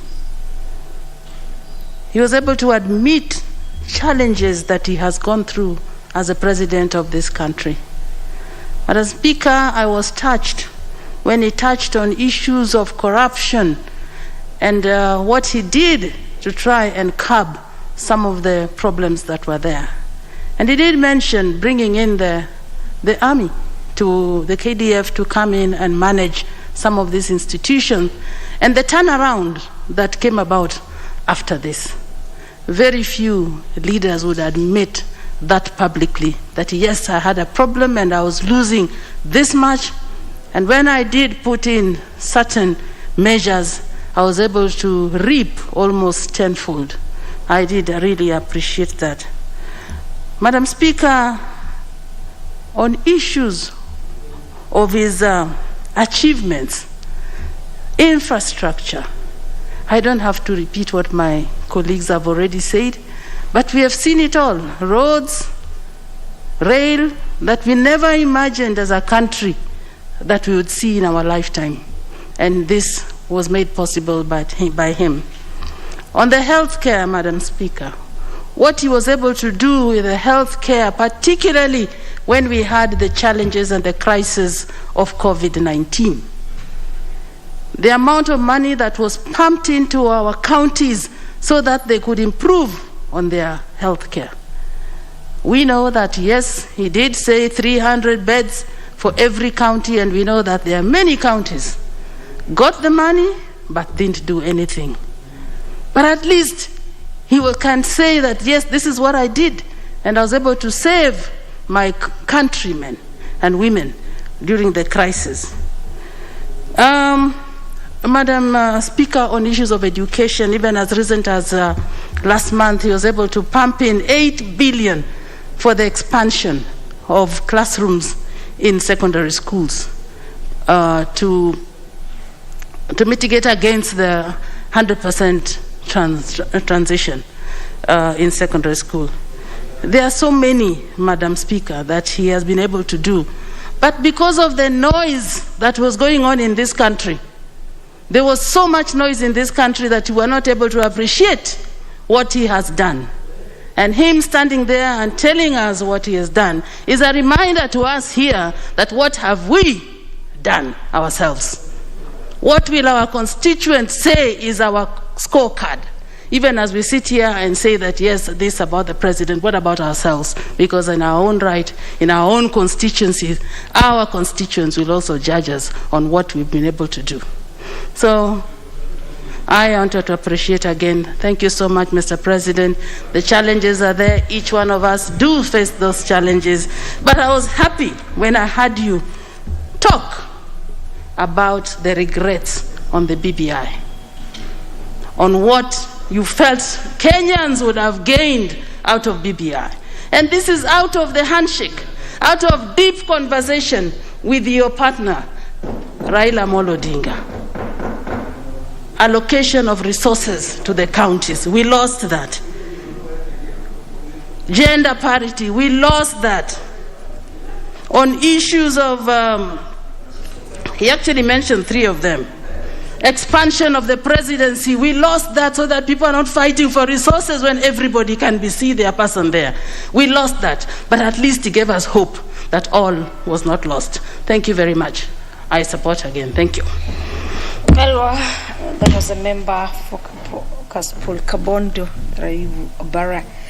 The member who has the floor is a member for Kisauni constituency, Therobo Bogo Mensa. Thank you, Madam Speaker, for giving me this opportunity to add my voice on this important motion about the state of the address of the President yesterday. And first and foremost, Madam Speaker, on behalf of the great people of Kisauni, I wish to salute His Excellency the President for exercising his constitutional imperative under Article 132D of the 2010 Constitution. Madam Speaker, there are many things that we can talk about the President, his achievements, and of course, we have to be realistic to what has been done, and we have to give credit where it is due. The President has achieved a lot in his tenure since he became President in 2013. But nevertheless, we understand the challenges that he's been through from the time he took over in 2013 as the President of this country. He had the Hague issues, the issues of corruption, the issues of outcome of elections. But one thing that I will always remember this President is what he did when he extended his hand to shake his hand with the Right Honorable the former Prime Minister, Raila Amolo Odinga. And that brought a lot of stability in this country, Madam Speaker, and we cannot shy away from saying that, because that was a big achievement that not many people can be able to do because of ego. But the President and the Right Honorable, they did put their egos aside and put the country ahead. And they exercised and demonstrated to us that that is how true patriots are supposed to behave. Put the country first, then your egos comes later. So, Madam Speaker, as a member of Parliament for Kisauni, I have a lot that I can say about the President. Of course, the issue of equity is key. There are many complaints from many parts of the country that, yes, good things are happening, but they do not trickle to each and every village of this country. But nevertheless, we have to appreciate what he has done for the bigger country, because at the end of the day, we have to look at the country as a whole. In terms of infrastructure, in terms of roads, Madam Speaker, there's a lot that we can say. And of course, the President has raised the bar in terms of development. And whoever will come in as the 50th President of this country, he will have a lot to do to outdo the good record that has been achieved by His Excellency the President Uhuru Kenyatta. If you look at the roads, Madam Speaker, we can talk about the railway from Mombasa to Nairobi, from Nairobi to Naivasha. It has really opened up this country. If you look at the tarmacking of the roads in this country, Madam Speaker, what has been done in 123 years as per the detailed report that was shared by the President yesterday of 11,000 kilometers of tarmac road, he was able to achieve 10,000 plus in 10 years. That is a record, Madam Speaker, that I'm sure maybe whoever will come in, he will have to work extra hard to break that record. Madam Speaker, I'm also a beneficiary of these road development in my own constituency. We had a road that had stalled in 23 years, a road that connects Kisauni and Mwakirunge towards Kaloleni. It's called the Mwisho wa Lami. This road has stalled for the last 23 years, Madam Speaker, but the President allocated some funds and this road we started tarmacking this road, and now we are almost at the tail end of this road. There is another road, Madam Speaker, that will start very soon. Will start maybe early next year. It's a 34-kilometer road. We allocated 1.6 billion, and we are tarmacking that road from Bamburi all the way to Mwakirunge, all the way to Kaloleni. This is an area that has never seen tarmac for the last 123 years, Madam Speaker. And this is something that we, the people of Kisauni, will always be appreciative of what the President has done. When it comes to energy sector, Madam Speaker, of course, when you look at the number of households that have been connected to the national grid, is something that we have to be proud of. And I'm also a beneficiary of that program. We have villages in my constituency, a village called Chidagaya in Junda Ward, a village called Mazombani in Mwakirunge, Kashani in Bamburi Ward, and many other areas that have all been connected to the national grid today. And my people can be able to see electricity for the first time in 123 years. Madam Speaker, the downsides of all of this is on the cost of fuel. There has been hue and cry. And yesterday the President said we have invested heavily on the KOT jetty, which can be able to accommodate 4 vessels at a time. But that is not the solution of the demurrage issue. The demurrage issue can only be sorted out if we expand and increase our storage capacity. And the evacuation...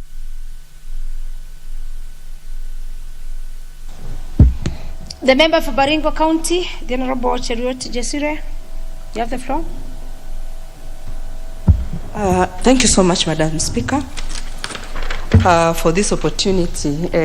Madam Speaker, I'm so much delighted that I've gotten the chance to discuss or support the speech and the statement that the President made yesterday, that His Excellency the President managed to deliver all this that people are really talking about, despite the challenges that he had or we had as a country, following pandemic, following continued politicking since the time we were elected in up to date. He really tried as a human being within his reach. And I must say that as Kenyans, we are proud, or I'm proud of him as my president. And we want to pray that whoever is going to come after him will pick up from there and even do more. Madam Speaker, the President worked, being helped by God to hold this country together by actually accepting to do handshake, which of course many people were not happy about. And people read sinister motive. But finally and eventually, it became very beneficial to this country, to all levels of people, young and old. And it is a thing that maybe will be kept so that in future, some people can refer to it. This is precedence, so that other presidents in future will not be so much selfish that they don't think, they think it's not easy to get another person to work with, despite the fact that you are the president. But of course, BBI would have solved our problem if we had passed it. And because this constitution that we have now is a president takes it all, becomes so challenging because the other part will be having half of the country. So it is important that we relook into that and we leave our selfish thinking. Madam Speaker, in his leadership, health sector really improved. We know pandemic contributed a lot because the hospital capacity increased in terms of ICU beds. We have seen a lot of change in even numbers of facilities that increased. We are happy. We only pray that the governors, the county governments are going to continue keeping up to the standard of the facilities that were already established by national government. Madam Speaker, the pandemic did not alone affect economy. We know it affected so many things. Socially, people are affected. We know we also lost so many people. Many people are here crying left, right, center because of what happened. But despite that, we know the president did his part to really try and control within his reach the effects of pandemic, particularly the COVID in this country, and we are happy. We know it became a serious economic challenge, but we were able to really go through it, and we thank God. So far, so good. The Kenyans are vaccinated. We are also increasing the number of people who are going to be vaccinated, and we are encouraging Kenyans to continue getting vaccinated. Madam Speaker, there is this cash transfer that's happening to the elderly. It is a plus to us. Cash transfer, which is happening in this country now, is a unique exercise that is actually improving humanity. It is helping Kenyans, it is helping the elderly to be able to meet day-to-day basic needs, which is not very easy to many countries. I think it's one of the unique things that's happening. We really appreciate. Madam Speaker, apart from that, there are so many good things we can talk about the president. But we cannot lack a few that were not well done. But we say the people who are going to come thereafter are going to finish about them. Compensation that is going to happen in Baringo County to the people who are affected by wildlife conflict, human-wildlife conflict, we are very happy because it is one of its own kind and it's going to happen soon. So, Mr. President, I congratulate you. God help you as you proceed on. Go, don't be tired. Finish it well. Hand it over well to the right person. God bless the President, His Excellency, Uhuru.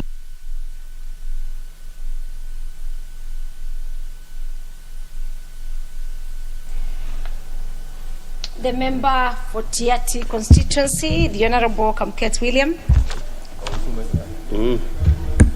Baringo.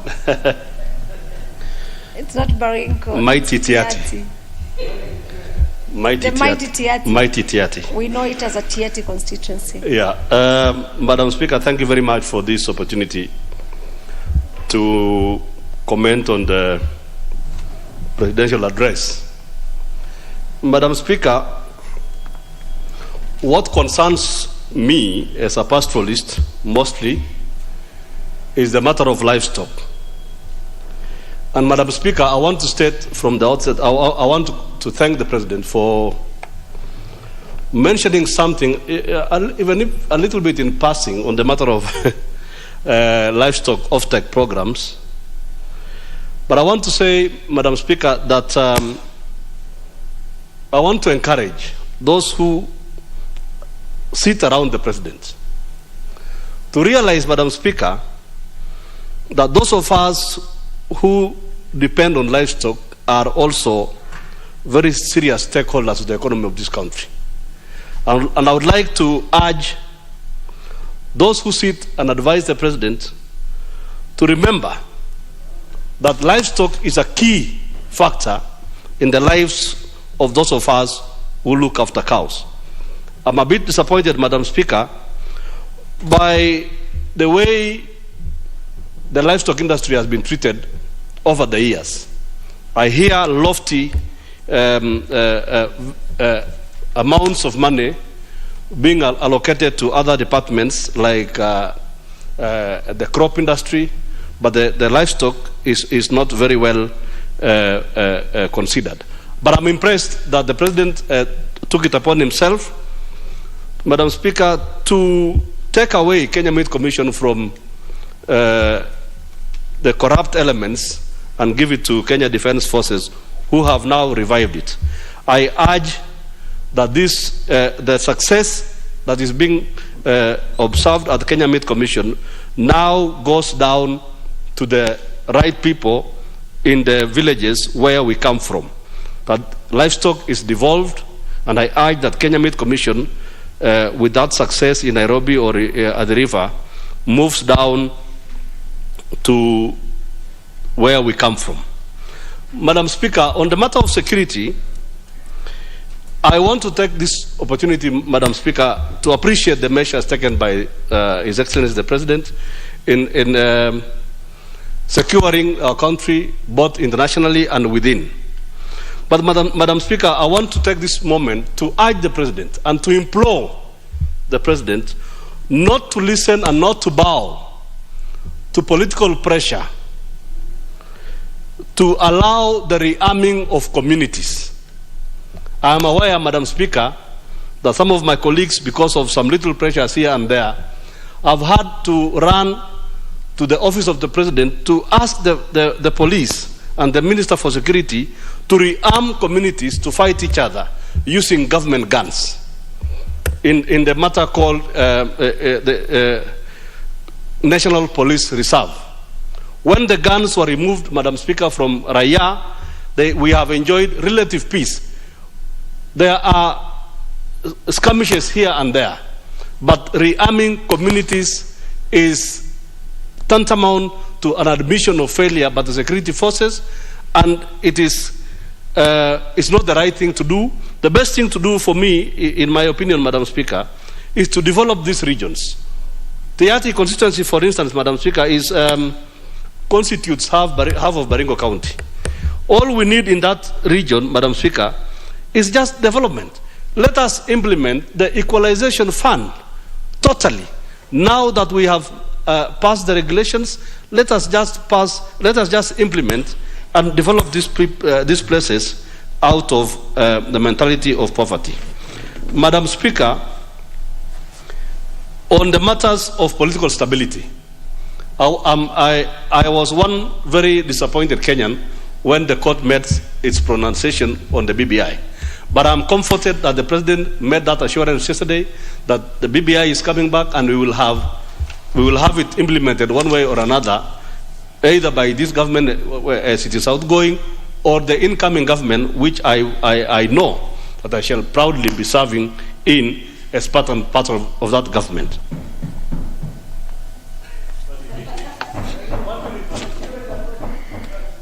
Honorable Member for Kamket, you could have a lot to say as a member for Tiati, but because of issues of... No, you are not any special than any other member. Let's have other members do it. The member for Kiharu constituency. Yeah, you've done well. You've done well. Thank you very much, Madam Speaker, for this opportunity. And I have to say that the President's State of the Nation address yesterday was both underwhelming and disappointing. Because we came here with great expectations that the President would say something around agriculture and farmers. Because, Madam Speaker, as you know, agriculture forms the backbone of our economy. But unfortunately, issues around farmers were relegated to ETCs and AOBs. First of all, Madam Speaker, the President was not factual to insinuate to this House that tea farmers are having their best year in a decade or so. In fact, tea farmers are crying out there because the kind of prices they faced this year is disappointing and actually lower than many of the years back, Madam Speaker. Also, I expected the President to take over and to take up the speech from where he left in the last year, Madam Speaker, where he talked about the cherry fund of our coffee farmers. But, Madam Speaker, unfortunately, cherry fund is just in papers and in the files of CS Monya. Insofar as farmers are concerned, there is no such money that has reached to their pockets, Madam Speaker, to be able to spur their farming, and especially in terms of coffee farming. Madam Speaker, also, there was a contradiction of facts, because in some ways, you could feel like we are in some Netflix video, Madam Speaker, here in this Parliament, because the reality that was portrayed by the State of the Nation address yesterday is very different from the real reality out there. Because Mr. President talked about fertilizer prices having gone down. But unfortunately, Madam Speaker, The reality, and anyone can do spot checks around, is that fertilizer prices are actually on their highest prices, Madam Speaker, in history. And therefore, it was not right for the president to give us wrong figures when majority of the people we represent, and especially farmers, are out there waiting for real solutions from this house. Madam Speaker, also, it was disappointing because I heard the president say that he took over the economy when it was around 4.7 trillion Kenya shillings. And he went ahead to say that currently our economy is standing at around 11 trillion Kenya shillings. But Madam Speaker, even using the same government data that we are given in this house every year, Madam Speaker, in the year 2013, our economy grew by just around 5.8%. In 2014, it grew by around 5.3%. On average, so that I don't tire this house with a lot of figures, the economy of Kenya has grown compounded by an average of 5% every year from 2013. Madam Speaker, this is not miracles and it's not rocket science. Any Kenyan can take up their calculator and compound 4.7 by 5%, Madam Speaker, in the last 8 years. And what you'll get as an aggregate is that's around 6.8 trillion Kenya shillings. And therefore, Madam Speaker, for the economy to have grown to 11 trillion, the Kenyan economy ought to have grown by 10 to 11% per annum compounded for the 8 years. And therefore, Madam Speaker, Kenya ought to have been praised out there as the highest growing economy in the world. Disappointingly, Madam Speaker, if you compound the average, as reported by this government, it comes to a partly 6.8. And therefore, either the president's speech was wrong or the data provided by this government is wrong. Lastly, Madam Speaker, because I can see my time is almost up, the issue of debt. The president talked about kilometers of road, connections of electricity. We have borrowed a net of over 10 trillion. Madam Speaker, a proportion of that can do much. If you just tarmac actually double, that is 20,000 kilometers, that's 1.2 trillion. Madam Speaker, if you connect the 10 million households to electricity, that is 350 billion. If you connect water 50,000 per household, that's 500 billion. If you actually do a level 6 hospital in every constituency, that's 290 billion. Cumulatively, that's around 3.32 trillion, Madam Speaker. If you throw in a trillion for the other people to steal, it also leaves over half of the money that we have borrowed, Madam Speaker, that cannot be traced. We do not know where that money is. Madam Speaker.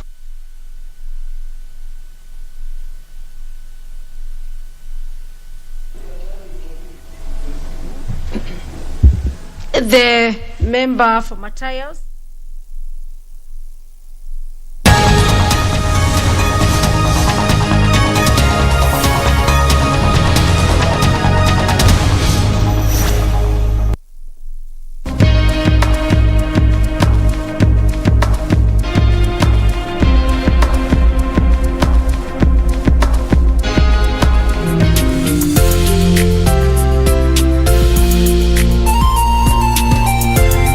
KDIC, protecting your deposits.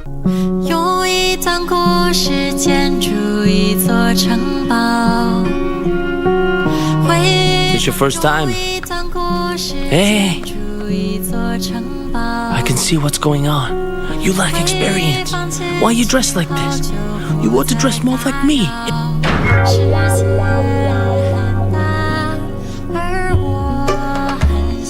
Hey, and what was it? I'm so glad we went with ping pong. Lucky. Hey? Yeah. 有一段故事建筑一座城堡，会放进去。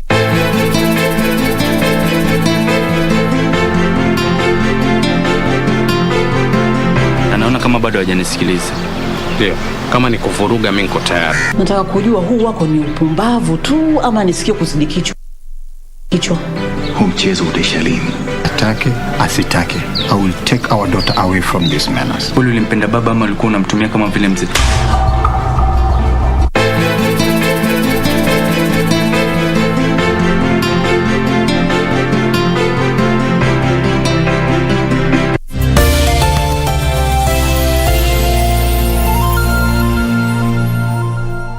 President coming in and some organization in government, Madam Speaker.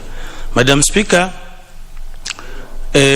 on the issue of infrastructure, it is true that a lot has been done during President Uhuru Muigai Kenyatta's term or 2 terms, and we really appreciate. But we also want to say that we need this to be cascaded to all other parts of the country. When we walk around Nairobi, happy, of course, Mwai Kibaki did the thicker road. We are seeing the express way here, and quite a number of good roads around the counties that are around Nairobi, mostly in central and so on. But you move to the rest of the country, like Busia, which is the entry and exit to our neighbors in eastern, central, and even western North Africa. There are no roads. It doesn't really help to have good roads only around the city, and then outside, we don't have roads connecting to those other nations. For any country to grow, and it was stated here by Honorable Manje, for industrialization to take place, for manufacturing to get itself embedded and entrenched, we really need to have transport system working. And we will not only have that transport system or infrastructure working only around a certain region or the city and so on and so forth. If you open up the roads in Busia, for instance, we have 3 borders: Busia border post, Malawa border post, and the one that Mzee Kibaki came to launch at Mluanda. All of them have no roads. You get to Busia, you wonder if Kenya National Highways Authority is doing anything in this country. There's very little that has been done. We needed to open up those bypasses, like from Mundika to Mayenje to the border post, and the other one from Mundika to Kemodo to Buteba on the border with Uganda, and expanded the one in Balaba. And I know that the roads and borders of Busia carry a lot more trade than any other in this country, and they should not be relegated to any second spot. Thank you, Madam Speaker. The member for Gatundu North Constituency, the Honorable Kibe Wajiko. Thank you, Honorable Speaker, for granting me this opportunity to also go on record and congratulate His Excellency the President, indeed, for a very good State of the Nation address.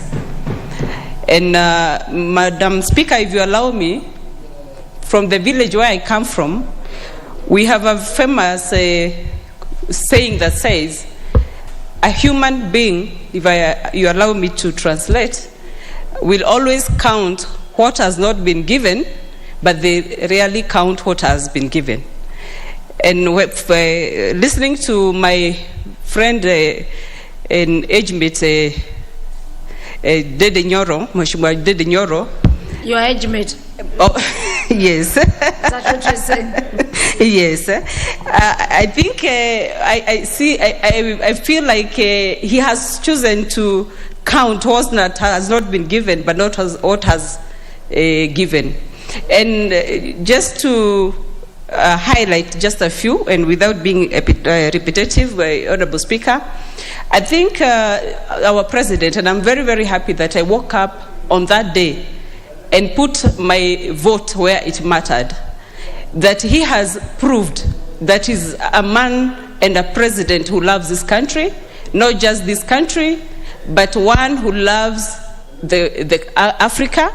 He's a Pan-Africanist, and also he has put this country in the global map. And if we look at the kind of developments that are going on, Honorable Speaker, and you can see that from where we are coming from, it's important when you're looking at change and transformation that first of all you have to look at where we are coming from and where we are going, where we are and where we're going.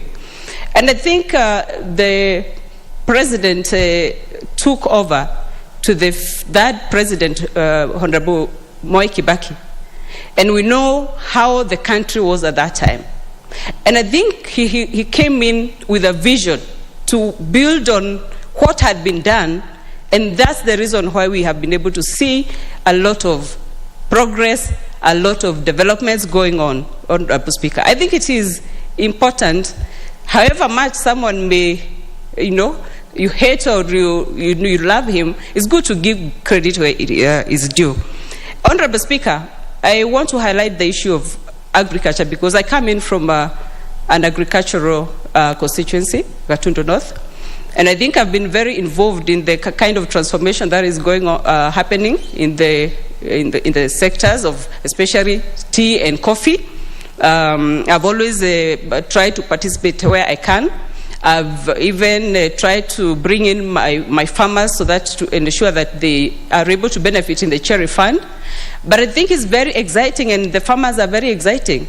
So when someone comes in to say that the president didn't really know what he's talking about, I think there's witness. I mean, we are witness. We have been able to witness what has been happening. There's a lot of the things that are happening, transformation. And for me, I will sit here and give him an A- for the job that he has done. Not to say that we cannot do more. I give that A- bearing in mind that there have been major challenges. It's also good to know, Honorable Speaker, that the president is the first president who was able to implement the new constitution, which has had challenges. We've had the issues of COVID, which have been challenging to this country, but our economy still is strong, and Kenya is now in the global scene. With those few remarks, Honorable Speaker, I do support and want to congratulate the President. And where I come from, we are saying, when he gives us the direction, we want to follow what direction he gives us or guide us so that we ensure his legacy will go in the right, be in the right hands. Thank you very much. Very much. Let me have the member for Runyenjes, the Honorable Jiru Muchangi, the member for Runyenjes constituency. Thank you. Thank you, Honorable Speaker, for the opportunity to add my voice to the State of the Nation address yesterday. And Madam Speaker, I need to state by saying that I was seated here listening carefully to the discussions and to the address that was being given yesterday. And of concern to me, Madam Speaker, is the emphasis that the President made on how his government or this government has expanded the road networks in this country and the infrastructure, including the port and the expressway. And Madam Speaker, I need to state that this effect has not been felt across all the areas in this country. And specifically, I'm mentioning Embu County and Runyenjes constituency. Because, Madam Speaker, I know there are roads that have stalled from 2015 and have not been completed to date, including Kieni, Kadanjure, Karurumo. So when the ports and the expressway and the Mau Mau roads are mentioned, and even the dual carriage, the Keno Maroa Road are being mentioned, we the people of Embu do not feel like we have been attended as we should have been sorted by this government. Because actually, there is a road from Kararitiri to Rokoriri to Kadageri and to Kigumo, a road that is next to the forest, and actually next to the road is the trench that was dug by the Mau Mau fighters. But that road was left out and has not been tarmacked, and that is a road that we would like to see done. Then secondly, Madam Speaker, is the issue of the tea earnings. Madam Speaker, I am a tea farmer, and my constituents, half of them are tea farmers and coffee farmers. And I can confirm to this House that the effect of the sales that were mentioned in the President's address are not being felt in the constituency by the tea farmers. And we would like to tell the President to ensure that these prices that we are being told of that are good currently, we would like to hear those good stories from the tea farmers themselves, that they are getting the benefits. Because as a tea farmer, previously, a couple of years ago, we have been paid 58 shillings per kilogram. And last year, or this year's tea bonus, we were paid only 30 shillings. And I need to confirm that my tea factory, Rukuriri Tea Factory, is the best tea factory in the country, but it only got paid 30 shillings per kilo. Yet the same factory has paid 58 shillings per kilo a couple of years ago. So we would like to feel the impact of the progress that the President is talking about, so that all of us can really celebrate the earnings, or rather the gains that this government has made. So with those few remarks, I support. You support. Then we have the member for Daragwa, the Honorable Jeremiah Kioni. You have the floor. Thank you, Madam Speaker, for that opportunity. For 8 years, the President and the Jubilee government has managed to do what others had not managed to do for well over 123 years. Madam Speaker, it was a great opportunity for us to listen to the President. Some of us who have been keen to listen to others were getting a little concerned, because all that we were being told is that nothing has been done. And without doubt, the President did not cover all that we know, and for the reason that perhaps there wasn't enough time. One of the astonishing things, Madam Speaker, that I would want to mention for the record is that in my constituency, we have had the Ministry of Water under the Waziri and the PS, through the National Irrigation Agency. They have done what we call the water pans. Before the commencement of this exercise by Jubilee government, and under the direct management of Uhuru himself, the President, those water pans were being done at a cost of 180 million shillings each. In my constituency, 2 were done in the recent past at the cost of 18 million shillings each. Just note the difference. We were doing them at 180 million. And when they were being done 2 years ago, the same amount of excavation was done at 18 million shillings. Look at the theft of public resources that was going on. So when you hear the President saying that we were losing about 2 billion shillings on a regular basis, it's not through other means. It's because people who had been entrusted with those offices were stealing through the laid down channels by corrupting the channels and not doing what was expected of them. He also gave us the example of Kenya Meat Commission, where before the coming on board of Kenya Defence Forces, we were collecting only 8,000 shillings a day. But with the Kenya Defence Forces being on board and being in charge, we are doing 1 million shillings a day. How more, or how much more would somebody want the President to demonstrate how the changes that have been done just by having honest people on board? This country can achieve a lot, but what is lacking is the honesty of those who have been charged with the responsibility to manage our affairs. And I want to include ourselves in that.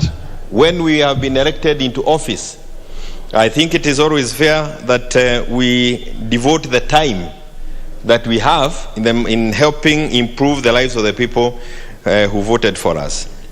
But when we spend all our time again doing campaigns, even before the time is right for it, we waste people's time, and we also are dishonest in all our ways, because you cannot campaign for all the time you are supposed to have been offering leadership and in essence wasting people's time. Madam Speaker, look at it again. We had the very difficult scenario in this country, like it was everywhere else in the world, of the COVID epidemic.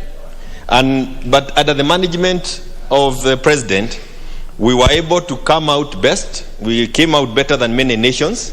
But even still, we had companies that seized the opportunity and they became exporters of products from this country because they saw an opportunity to do something differently than we have done before. We have talked about roads, and I agree, in my constituency we have roads that are under construction. They will certainly not be complete by the time we do elections next year.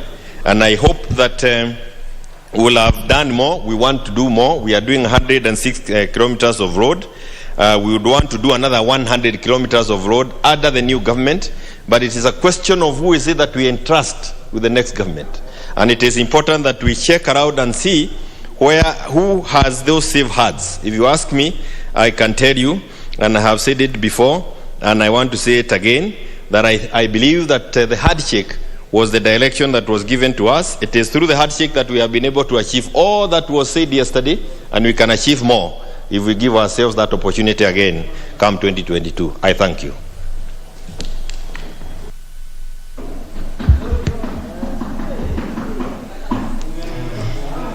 Let me have the member for KO South, the Honorable Rono Kipko Gay. The Honorable Rono, you have the floor.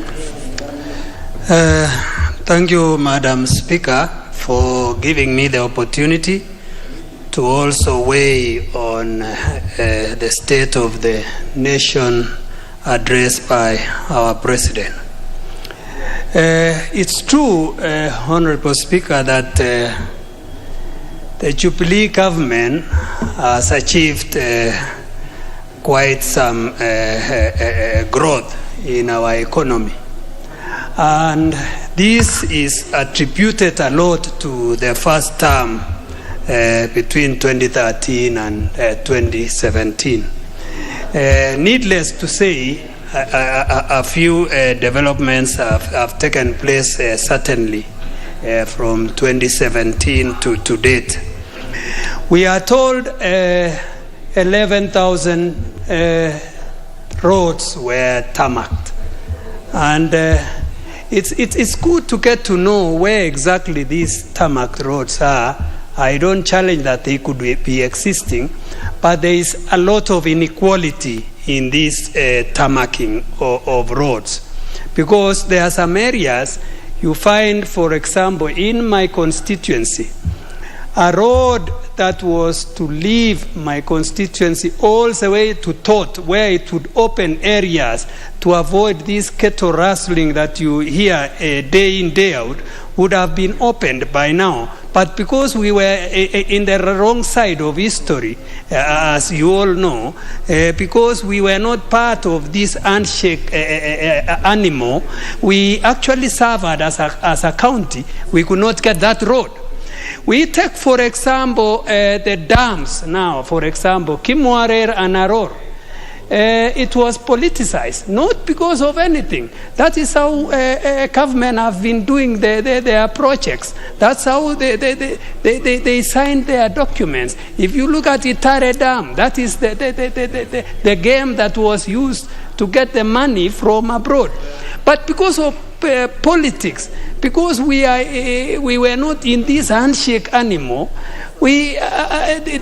our projects like Kimwarer and Aror were demonized.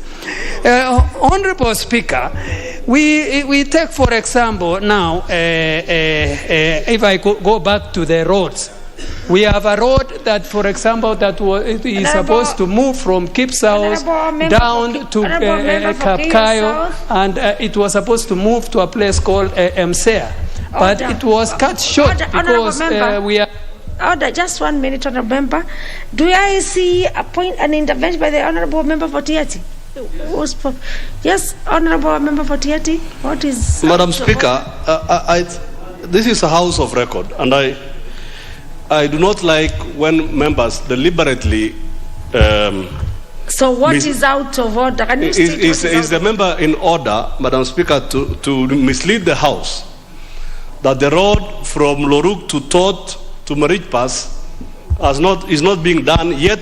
Madam Speaker, the awards have been given, and I'm aware that the road is already beginning. and misleading the House that the only reason the road is not being done is because he's tanga-tanga. No, you are out of order. You are out of order. You know, you got your time, you spoke to the address. I remember for Tiati. It's important for members for us to understand.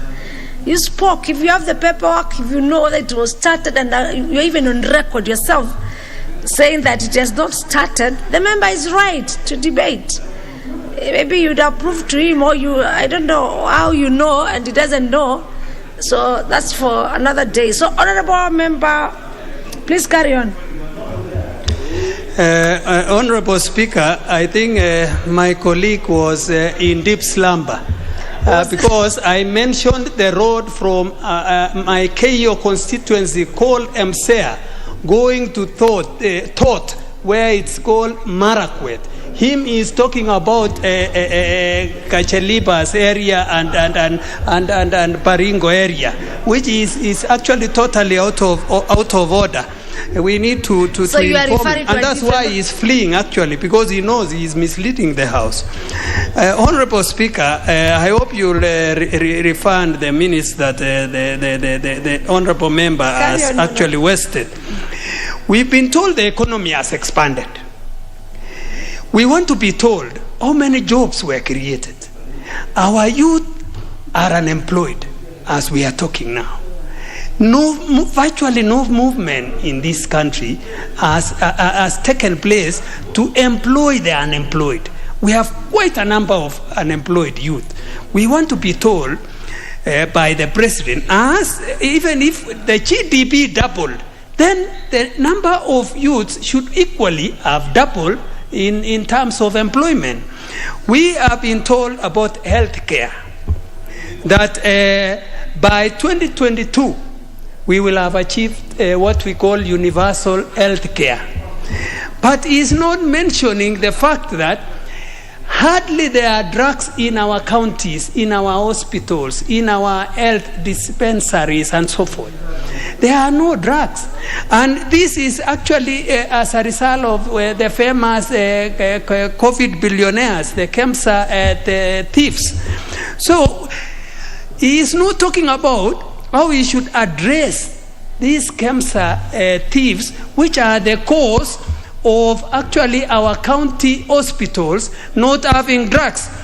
Honorable Speaker, we've been told we have achieved political stability as a result of the handshake, but he is forgetting to bring everybody on board in this handshake. He left other areas in this handshake. We have been told, because this instability was man-made. Member this is Keio South. Honorable Member for Keio South, you love your time, but let me have the intervention from the member for Kiambu. Honorable Member for Kiambu, on intervention. Madam Speaker, is it in order for the honorable member to mislead this House when he says that the government has not done any or has not any intention of making youth employment, while we know very well that the government has engaged Kenya youth employment? For Kiambu, no. Remember, Kiambu, you love your time, and you love your time to debate on this. If you have facts, if you know what the government has done, what it has done or not. And members, please allow me also, and as I did in the last sitting, just guide the House. Please do not just rise up on a point of order that you're not even able to substantiate. Please allow yourself, get your time to debate, because most of the members, and I can tell you what we are observing, and anytime you rise up on a point of order, please, you must use your standing order and let the House know which standing order you use, so that we don't just take advantage of point of orders for us to be. Honorable Member for KO is right. It's a house of debate. When you get your time, Honorable Jude Jomo, you will substantiate and say your part, whether you know it has been done or not. Yes, Member for KO.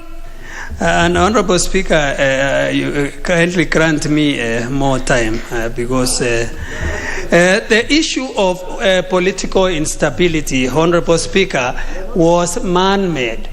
This is an individual who could not accept results of an election.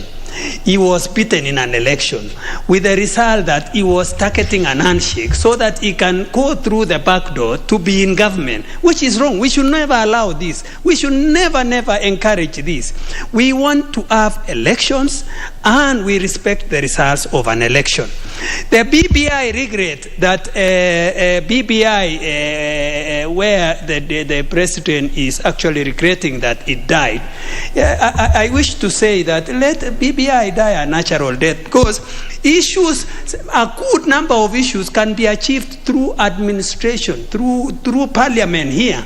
We can actually raise the allocation of the counties from 15% to 30 to 35%. Very well. Let me have now the member for Nyeri Town, the Honorable Bugungujiri. The Honorable... Thank you very much, Madam Speaker. I appreciate you giving me an opportunity to stand up and comment about the President's State of the Nation address, and especially to support a lot of the things that he raised. First and foremost, Madam Speaker, I want to point out that in any given circumstance, you have an option. You can give somebody a glass of juice that is 3/4 full, and they can decide that they're going to focus on the quarter that is not there, and they're going to complain about that particular quarter. And what we saw, and for those of us who are in this house, we are all operatives of politics, that we know politics is not a perfect business. You can never get 100%. In fact, if you get 65-75%, you're doing extremely well. We listened to the President yesterday as he articulated what his government has done. Madam Speaker, there's one thing that I feel is very understated. The last time I got a 411 update on vaccinations in the country, I was informed that we have close to 6 million or above 6 million Kenyans who have been vaccinated. And I don't know whether we understand the capacity and the cost of vaccinating 6 million Kenyans at no cost. The government has been able to do this. People across the country have been able to access COVID vaccinations, and this is something we're supposed to be celebrating and acknowledging as an achievement of this government. Madam Speaker, when you go to the President's State of the Nation address specifically, you see how this particular president turned a crisis into an opportunity. I come from Nyeri Town constituency. During the COVID pandemic, when it was at its highest, we had 4,000 young men and women working every day under Kazi Mtaani in just that one particular constituency. And this played a major role in keeping the community going, in reducing opportunities for misbehavior among these particular young people. People were earning some money, people were busy, and this is something that we need to appreciate. Madam Speaker, it is also important for us to appreciate that we have had an extremely volatile political environment in this country over the last 3 years. Madam Speaker, sections of the executive, sections of government decided that they were not going to work, and they were going to spend the period campaigning, and left the president and part of his government being the ones who are working. Despite this, and despite the fact that we looked like we were running into a campaign at any given time, the president was able to steady the country, keep it going. We have had people shouting politically every particular weekend and every week, and it has not affected at all the social structure of this country. It hasn't affected at all the economic structure of this country. It hasn't affected at all how people relate with one another. That is a massive achievement, Madam Speaker. I have listened to some of my colleagues complaining about being left out of the handshake. Madam Speaker, the handshake of 2018 was between protagonists of a political competition. This political competition that happened in 2017 was between two people. I don't understand why some people feel like they were left out. They were not part of that particular conflict, unless they want to be part of it. In addition, and this is now where it is important for us to remember, the humility that is required to do what the partners of the handshake did tells us their commitment to this country. They were able to come down from their high horses, or both of them. Each of them felt a certain sense of entitlement or their position. They came down And for the sake of this nation, they reached out to each other. Madam Speaker, the importance of that and the lesson that that teaches us is that for us to move our country forward, we must be willing to step down from hard-held positions and be able to listen to the other person. This is one of the achievements of this particular president. There was a major articulation in point form of the economic infrastructure. Kenya looks like a construction site. In this town, you drive around, you look like you're in the middle of a construction site. That is something that we cannot underscore. So, Madam Speaker, mine is to congratulate the President for what he has done. I know he still has another couple of months to finish, and I know he will finish strong. And as he finishes strong, we'll be able as a country to decide who takes over from him to continue the good work that he has done. Thank you very much, Madam Speaker.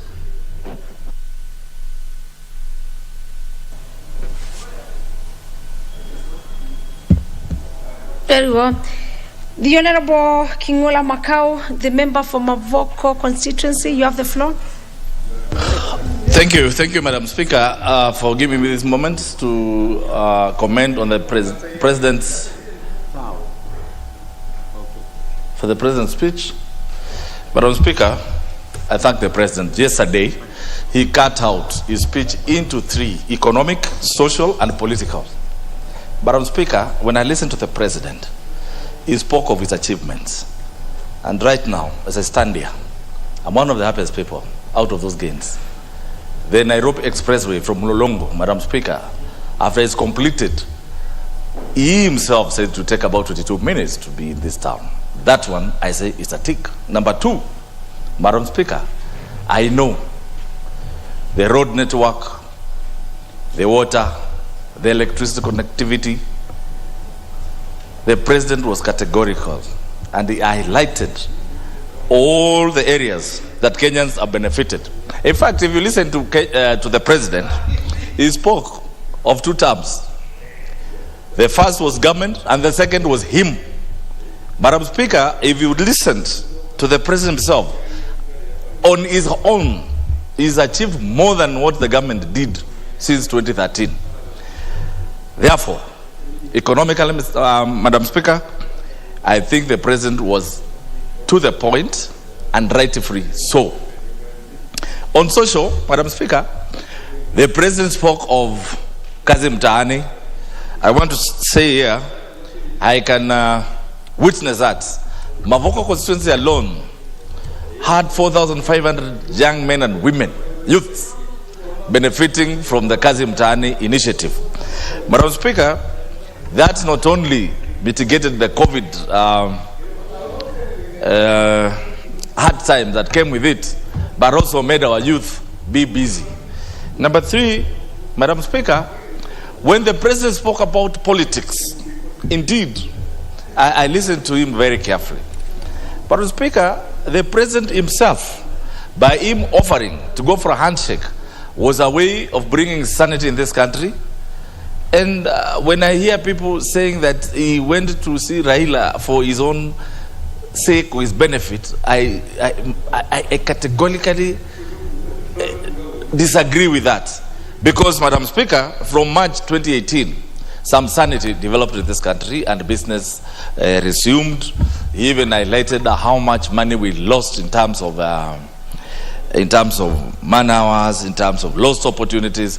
But after handshake, Madam Speaker, every person in the globe knows Kenya took off. And I want to commend him for that. Madam Speaker, not only the handshake was between him and Raila Amolo Odinga, my own party leader, Kalonzo Musyoka, the party leader of Wiper, joined in. And Madam Speaker, I am one of the beneficiaries of that handshake. As I stand here, I am the substantive chair of sports, culture, and tourism because of that understanding. That one brought harmony, understanding among all parties in this house. So, Madam Speaker, anybody, there are even people who are appointed as CASs, PSs out of that. That was showing some national look in the country. Madam Speaker, and the President himself spoke about BBI. I still support BBI because from where I sit, Madam Speaker, we have lost opportunities, particularly in my constituency, Mavoko, which has more than 500,000 people. I was going to benefit from the BBI in that we're going to have about 2 constituencies in one and more than 10 wards from that BBI. So, Madam Speaker, I am still of the opinion that we still revive BBI because it's going to bring more money for devolution, more administrative units. And Madam Speaker, I want to invite my colleagues, let us look at BBI as a development tool that will anchor all the development, for example, from 15% to 35%, that will be anchored in law, so that successive governments that come will not just be people operating within the whims of the president, and we avoid the winner takes it all. So, Madam Speaker, those few remarks, I really support the president's speech, and I want to tell Kenyans, let us support President Uhuru Muigai Kenyatta for the remaining time so that we can reap a few benefits.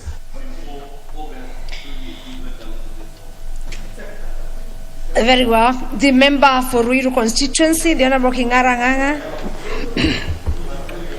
A point of order. Who's on point of order? I cannot see any intervention. And Honorable Makau has a right to, of course, I've not seen intervention to speak himself, including saying his own party leader, Honorable Kalonzo Musyoka, to be the president. But remember, this is a house of debate. Yes, let me have the member for Ruiru. You have the floor. The member for Ruiru constituency, you have the floor. Asante sana Bi Speaker kwa kupatia mimi mwanya huu wa kuchangia hali ya taifa iliyoletwa mbele yetu jana na kiongozi wa nchi hii. La kwanza kabisa ni kumshukuru kwa sababu ya kuheshimu bunge na kuheshimu sheria na kuona ni vizuri atumie utaratibu uliotengwa kikatiba na kuweza kutekeleza kazi yake ile alipewa na wananchi. Kama vile wenzangu wamechangia pale mwanzo, ni vizuri kuheshimu na kuongea yale mema na mazuri yametendwa na viongozi hasa Uhuru Kenyatta. Na la muhimu sana ndio tuweze kutekeleza maendeleo ya aina yoyote, ni vizuri tuwe na mabarabara ya kupitia, na mnajua amechukua changamoto kubwa kuona mabarabara yametengenezwa kwa wingi, na vile vile haiwezi kaisha na siku ya kwanza. Mabarabara mengi yametengenezwa, lakini kuna yale mawili matatu yamebaki, na sio siku kusema ati kazi haijafanywa, kwa sababu ukiangalia kama kwangu Ruiru mabarabara yamefanywa, lakini bado kwa sababu ya wingi wa watu kuna mabarabara kama ile ya Rainbow kwenda Kikumali na shikanisha Juja na Ruiru, bado tunategemea katika utaratibu ule tutapata nafasi. Vile vile ukiangalia mwanadamu hawezi kuishi bila maji, na serikali imechukua jukumu la kuhakikisha wananchi wengi hapa Kenya wamepata maji, na mimi siwezi kalalamika kwa sababu hata kama maji haya hayajatimika, najua kuna ile Karemeno Dam na itasaidia Ruiru, itasaidia Juja, itasaidia Thika na vile vile eneo hili la mji mkuu wa Nairobi. Kwa hivyo ni vizuri kutabua hayo. Tukiingia katika afya, mimi nimesimama hapa mbeleni na kuchangia mambo ya afya. Wakati tulikuwa na changamoto kubwa sana pale Ruiru, wakati tuko watu 600 na vitanda vya wale wagonjwa ilikuwa 24. Sasa hii nimesimama mbele ya bunge nikisema kutokana na maendeleo mema ya Uhuru Kenyatta, sasa hii tuko na vitanda 150. Na hilo ni jambo la kuchangia, na hatuwezi kasita kusema ukweli yale yametendeka. Ni vizuri vile vile kuhakikisha kuna amani, na ndio watu waweze kufanya kazi pembe zote za Kenya. Na kiongozi wa nchi amejaribu pale angeweza kuleta uwiano, na ndio sababu tuko hapa na unaweza fanya biashara katika pembe yote ya Kenya na maendeleo inaweza noga kwa sababu kuna huo uwiano. Bi Speaker, hata wakati kiongozi wa nchi na viongozi wengine walikuwa wanajaribu kuleta maendeleo katika Kenya yetu, tulikumbwa na hili janga la corona. Na mnajua maendeleo yalipata shida kidogo, mwendo wa maendeleo ukapungua, lakini serikali ikiongozwa na Uhuru Kenyatta alibabana wakiwa na wengine kuona angarau watu hawataangamia wote na corona, na akasukuma mpaka tukaweza kupata chanjo ya bure kama vile wengine wamechangia. Na vile vile hilo ni jambo hatuwezi kawacha nyuma, kwa sababu afya ni jambo moja linatakiwa kuangaziwa, hasa wakati kumekuwa na janga geni katika eneo. Ndio Speaker, uhaba wa kazi ni changamoto, na serikali ikipitia Uhuru Kenyatta amejaribu kuangalia kuona vijana wamepata kazi, lakini lile mimi liliniguza na nikaona ni jambo zito na linasaidia Wakenya wengi hasa chipukizi, ni ile taasisi ya kiufundi ukipenda TTI ambayo imewekwa karibu sasa maeneo yote. Watoto wetu wale hawataweza kwenda chuo kikuu, wataweza kwenda katika hiyo shule ya taasisi ya kiufundi na kupata mwelekeo wa kuweza kujiajiri wenyewe, na hilo ni jambo litaendeza maisha ya nchi yetu hasa kivijana. Asante, mimi nimechangia na nimeunga mkono, na ningeomba hata sisi tupatie na Uhuru nafasi ya kumaliza kazi ile tulimpatia, ndio eneo letu la Kenya katika Afrika ndio la kutambulika. Asante. Very well. The member for Gatanga constituency, the Honorable Ngugi Duati. Honorable Ngugi. Thank you very much, Honorable Speaker, for also giving me a chance to make my contribution. And Honorable Speaker, I want to say I listened very keenly to what the President said yesterday. And Honorable Speaker, I want to confirm that a lot has been achieved by the President during his term. Honorable Speaker, I come from Gatanga, where we say our cash crop is music.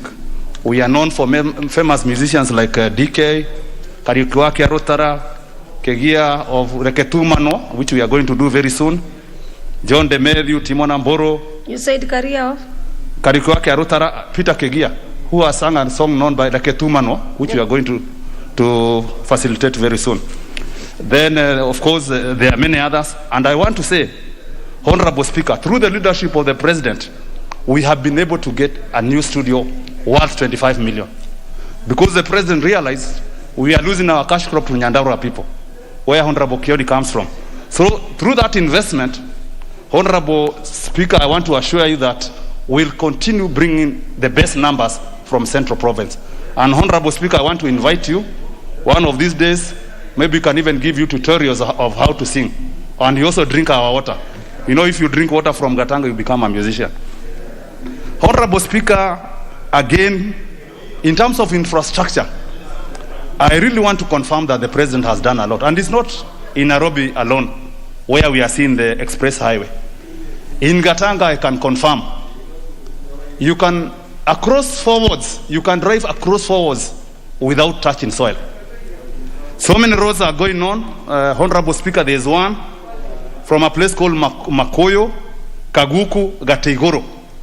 From Makuyu, join Garissa Road, which was done by our President, and it costed about 2.6 billion, which is going to connect those dry areas, Maragua, Gatanga, the lower side of Gatanga, and Garissa Road.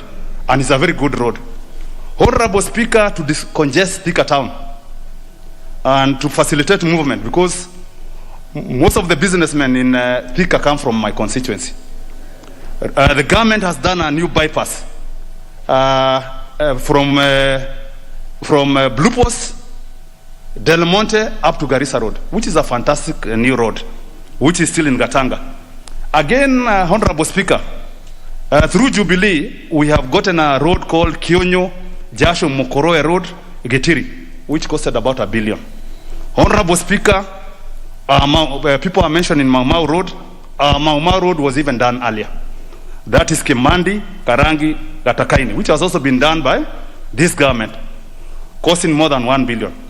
Honorable Speaker, There's another ongoing road called Kerwara, Geatutu Kegio, which is also cost us about 1 billion, which is about 50%. Then, Honorable Speaker, the game changer, and which we pleaded with the President and he agreed, is to connect Nyandarua with Morang. And that connection is going to be provided through Gatanga. The President is doing a new road from a place called Gatakaini to Njambini, and again connecting Kenyona, which will cost about 3 billion. This road is going to improve trade between Nyandarua and Gatanga. Honorable Speaker, in Gatanga we grow avocado, we grow arrowroots, sweet potatoes, tea and coffee, which will be able to export to Naivasha and Njambini and those Rift Valley areas.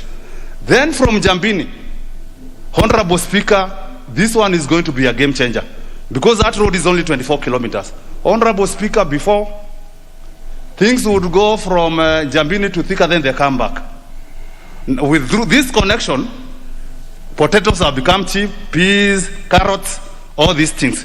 And this one is also going to facilitate trade between Machakos and Kitui. In terms of power, we have done very well. Improved power connectivity. We have lit all our towns with street light. Water, Honorable Speaker, we are doing very well. All the water you drink in Nairobi, you use to wash your clothes. Honorable Speaker, comes from Gatanga. I want to say, through the support of the President, we recently got a 300 million water project to support the people of Gatanga. And we also have a new scheme called Ruegeda Shomo Water Project, which is going to support 30,000 people. Irrigation, Honorable Speaker. Can you give me a minute? No, you must plan your time, Honorable Member. Half a second. Just to conclude, Honorable Speaker. You want? We are celebrating the You just found me in a good mood. Just give him 1 minute. Thank you. In terms of irrigation, Honorable Speaker, we have 4 ongoing irrigation schemes. Water pans, we have done more than 1,500. Some of them which are complete and with water, we have stocked them with fish. So it means when you're in Gatanga, the lower side of Gatanga, where we have people from Machakos at their campus, now they'll be able to eat fish, which they have not seen in many days. And of course, Honorable Speaker, we have a TVET which has also been equipped. Through CDF, we have done many new schools. And Honorable Speaker, mine is just to congratulate the President. Thank you very much. Very well. I'm sure you had to put that some of the beneficiaries are campus. That was not the basis for your additional minute. It was at my discretion. Now I have the member for Kiambu, the Honorable Jomo Kangede. Please, you have the floor. Thank you, Madam Speaker.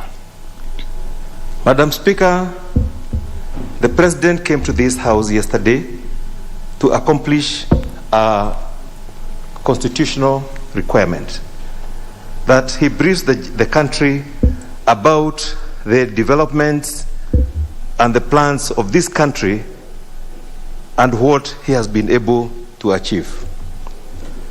Madam Speaker, some of the people who were in this House yesterday went home very sad and very annoyed because they have been preaching a gospel that the Jubilee government has not attained any development. But the President came out very, very clearly about the developments that his government has been able to attain. In healthcare, Madam Speaker, the government have invested so heavily that our country is now ranked third in provision of health services in Africa after South Africa and Tunisia. This is not a mean achievement, Madam Speaker. And I am sure that we are going to be the top service providers. Recently, I went to KU Hospital, the recently opened KU Hospital, and I was amazed by the kind of services that are offered in that hospital. It is better than most of the private hospitals that have been are in this country. Madam Speaker, he told us about decongestion of Kenyatta National Hospital by provision of other hospitals that have been built around Nairobi. And they are not 2 or 3, there are many hospitals, Madam Speaker. And this has decongested Kenyatta National Hospital. And Madam Speaker, it is not only Kenyatta National Hospital that has been decongested. Even Kiambu District Hospital was receiving so many patients from Nairobi. But today, those patients who are coming to Kiambu are able to get healthcare services from their own Nairobi County. And thus, even Kiambu Hospital has been decongested. National Insurance Service, National Health Insurance Service, Madam, is another mark of development of healthcare in Kenya. It is now helping our patients to get medical services, and they are able to afford them.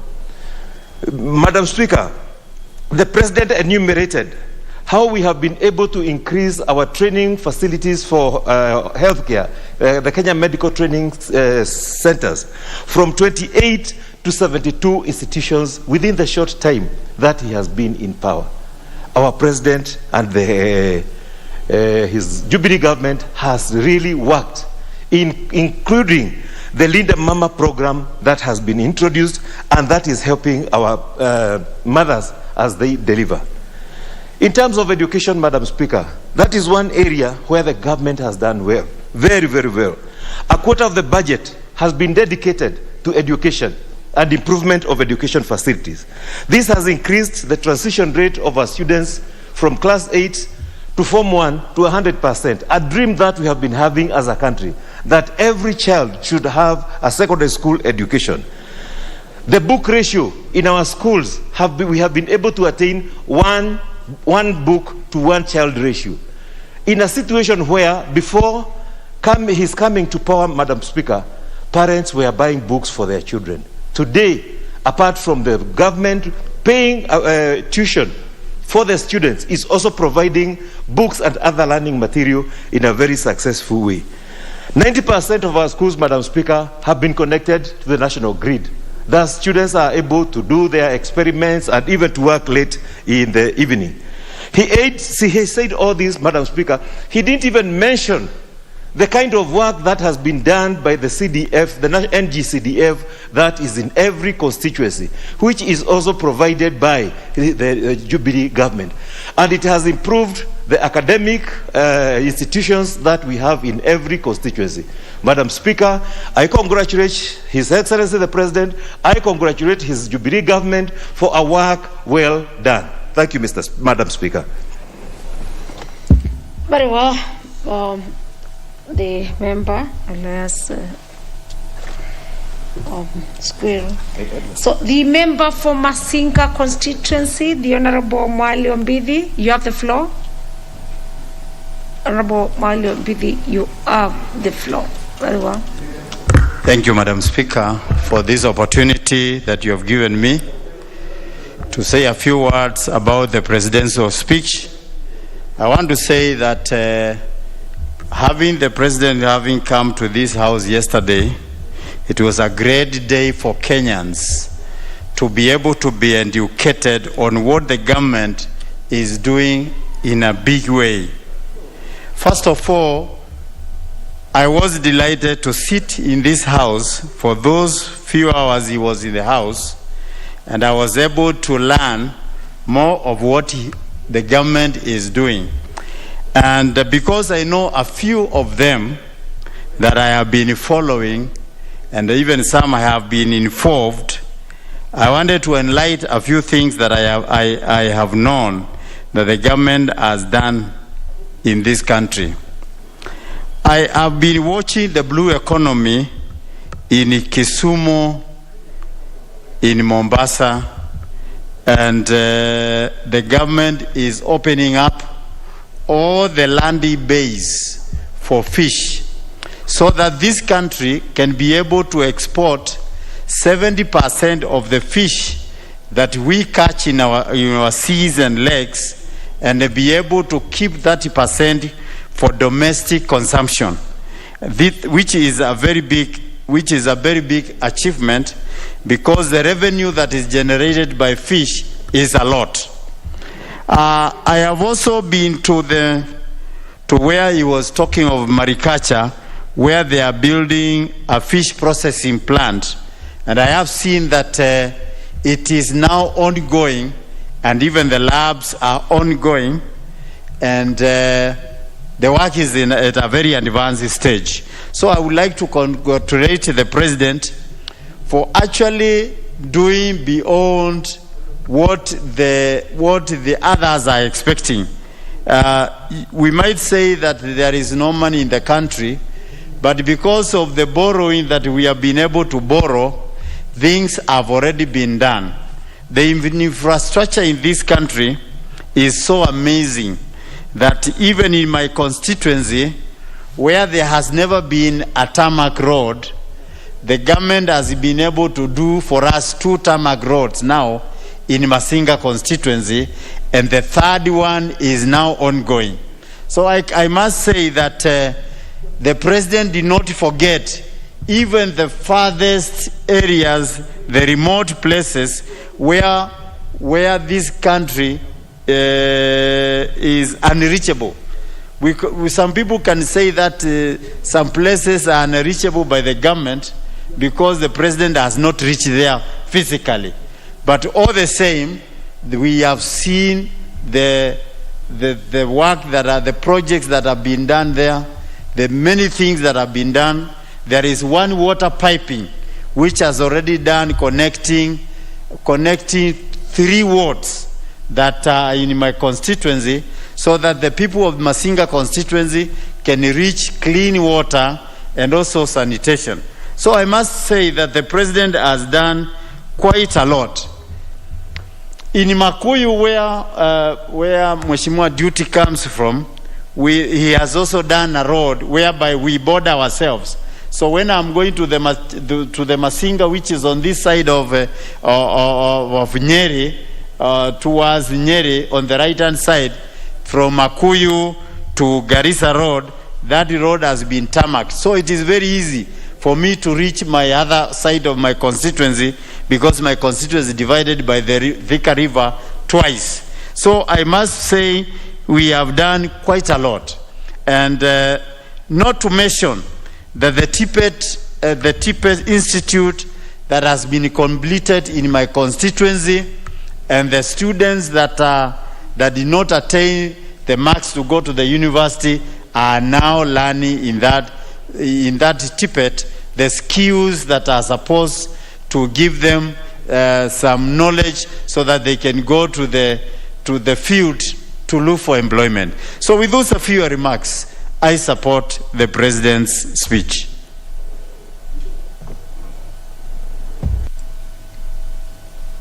Member for Central Imenti, Honorable Kerema. Thank you, Madam Speaker, for this opportunity you have given me to contribute to the presidential speech, which was delivered yesterday by His Excellency the President Uhuru Muigai Kenyatta. And particularly, I must congratulate the President, because our President is a charismatic leader. When he stands before the House and before the nation to address the same, no, whatever the President says, Madam Speaker, it may be what is there in the paper or what is there on the ground, but I congratulate him because he is very convincing in all things which take place. Our President talked of a number of roads which have been developed in the country from the time when he took over.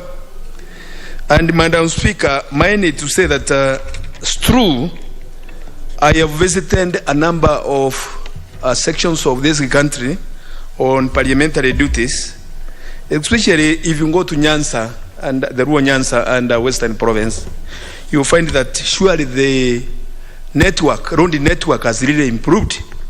They are new, they are wide enough, and you can really find that there are developments, and no wonder that you hear people are really pressing the handshake. You see surely there is a reason of why they are very happy about the handshake. Because as far as the place I come from, Central Imenti and Meru County in general, I can count a number of projects, road projects, which were launched by the President in 2017 during the time of campaign, and none of them has ever taken off.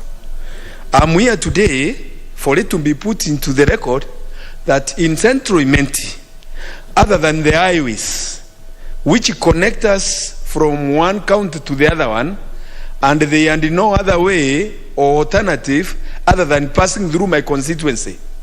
I have no tarmac in my constituency other than the 2 kilometers which have been constructed at the time of the Jubilee government between 2013 to 2021. 2 kilometers. And that one is from a place called Moroga, that is a place which borders North Imenti and Central Imenti, to a place called Kadita. And it was constructed as part of the Kokokora, Kaderi Kariene, Geaki Road. Madam Speaker, those 2 kilometers were constructed and then the contractor withdrew from the site. And those are the only 2 kilometers in my constituency from the time of independence up to now. So when we hear people talking about roads, tarmac road, you hear an MP is talking of 3 roads, the third one is taking place, we wonder. And my constituency is part of the constituency which really came out at the time of voting to vote His Excellency President Uhuru Muigai Kenyatta in numbers, in rove. And that was the Umeru County as it was, doing the same. I can count a number of roads. So I'm praying that as the President leaves the office in 10 months to come, this Presidential Delivery Unit, can it come up to make sure that it leaves the presidential legacy, the Uhuru Muigai's legacy, by completing these projects which he finished, which he started, because people are still worrying in month where the roads are so bad, and actually there is nothing which you can say it happens as pertains to the roads. Madam Speaker, if it comes to security, as it has His Excellency President Uhuru Muigai Kenyatta mentioned his administration on security, some parts of this country are really enjoying what we call security. But when it comes to my constituency, you find that we have been having a problem between the Rakas and the Imentis because of the boundary dispute. A section of the road, a section of the constituency has not been demarcated. People have not taken names. There has been skirmishes between the Imentis and the Rakas. What can be done now? What can my people be proud of as pertains to security? I support the speech of the President, other than those sentiments which, if they are done, my people will be happy. Thank you, Madam Speaker. Member for Likoni, Honorable Mboko Mishi.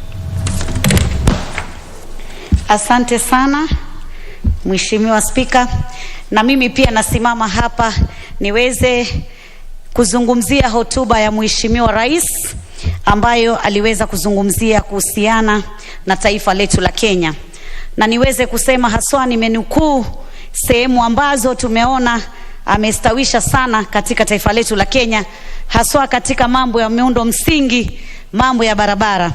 Na niweze kusema mimi nikiwa natoka pale eneo la Likoni, tumeweza kupata barabara ya Dongo Kundu, ile tumeita Dongo Kundu bypass, na nafikiri kufikia Januari Mheshimiwa Rais ataweza kuja kufungua barabara hiyo. Na najua barabara ile itaweza kutusaidia sana katika uchukuzi na kuweza pia kupunguza msongamano katika kile kivuko cha pale Likoni. Mheshimiwa Rais pia ameweza kutengeza barabara nyingi sana katika taifa letu la Kenya, haswa kwa kipindi hichi chake cha pili. Tunaona barabara nyingi sana kule Thika na sehemu nyingi za Kenya. Hata ukiwa pale Mombasa, ukiwa unatoka katika sehemu ya airport, utaona muundo msingi wa barabara umeweza kuimarishwa sana. Vile vile hapa kwetu Nairobi, kutoka airport katika ile Mombasa Road, tunaona pia kuna ukarabati mkubwa wa hali ya juu sana katika mpango wa barabara. Vile vile pia tuliweza kupata ile bridge ambayo inaolea, bridge ambayo imeweza pia kutusaidia katika msongamano, na haswa wakati janga la corona lilivyokuwa limechacha sana, tuliweza kujengewa bridge ile kwa muda mfupi sana. Hivyo ni asante sana kwa Mheshimiwa Rais. Vile vile pia katika mpango wa uchumi wa samawati, tumeona ya kwamba pale sehemu ya Liwatoni kuna ile tunaisha Kiingereza fish park, mahali ambayo kutakuwa kunafanyika biashara nyingi sana na shughuli nyingi sana za mambo ya samaki. Na tunajua kama wapwani na watu wa kule kwenye maziwa sana tunategemea uchumi huu wa samaki. Kwa hivyo jambo hili litaweza kuboresha wavuvi wetu, kina mama wetu pia ambao wanafanya biashara za samaki. Vile vile pia tunaona ya kwamba tuliweza kupata reli.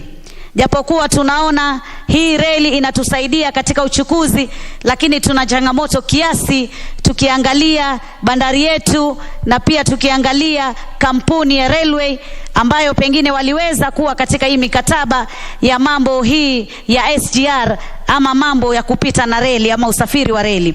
Kwa hivyo ningeomba tu Mheshimiwa Rais pamoja na serikali tuangalie mbinu na njia ambazo tutaweza kusaidia hizi taasisi mbili, taasisi ya bandari ile ambayo ni KPA na taasisi ya reli ambayo ni Kenya Railway, ili kwayo wasiweze kupata shida katika kuweza kutekeleza kulipa loni hii ambayo tuliweza kuichukua katika ile banki kule Uchina inayoitwa Exim Bank, ili tuweze kuendelea na uchukuzi wetu na pia taasisi zetu ziweze kufanya kazi zao ili Wakenya wetu wasipoteze ajira zao. Vile vile pia hivi sasa kuna mpango wa kutengeza kiwanda cha samaki katika sehemu za pwani, na tunajua kiwanda hichi kitaweza kujenga ajira na pia kuboresha uchumi katika taifa letu la Kenya. Vile vile katika hiyo samawati tuna ile poti ya Lamu, na tunajua sisi wote pale pwani na Kenya kwa jumla tukiwa na poti hii, ni poti ambayo itatuboreshea biashara katika sehemu za nchi jirani na hata sehemu za ng'ambo zile za nchi nyingine za nje, ili tuweze pia kuboresha uchumi na pia kujenga ajira na pia kujenga maendeleo katika sehemu zetu. Jambo la afya haswa nikiangalia Linda Mama, hii program inafanyika kikweli na kina mama hawalipi chochote na wanaweza kuzaa bila malipo. Mambo yale ya kuleta umeme katika sehemu zile za mashambani pia yamefanyika na yamekuwa bora zaidi. Mambo ya elimu, watoto kusoma na kuweza kupata na 100% kwa watoto wanaotoka katika shule ya upili na kuweza katika shule ya primary na shule ya msingi na kwenda katika shule ya upili. Jambo hili pia tunaona limefanyika, vitabu watoto wamepata, na pia tuna programu ambayo inamwezesha mtoto aweze kupata ujuzi, aweze kuwa na uvumbufu na aweze kujua mambo zaidi na kuweza kujitegemea pia wakati amemaliza shule. Janga la corona najua lilikuwa changamoto, lakini tunaona Mheshimiwa Rais alijaribu sana kuweza kuhakikisha vifo vitakuwa vichache.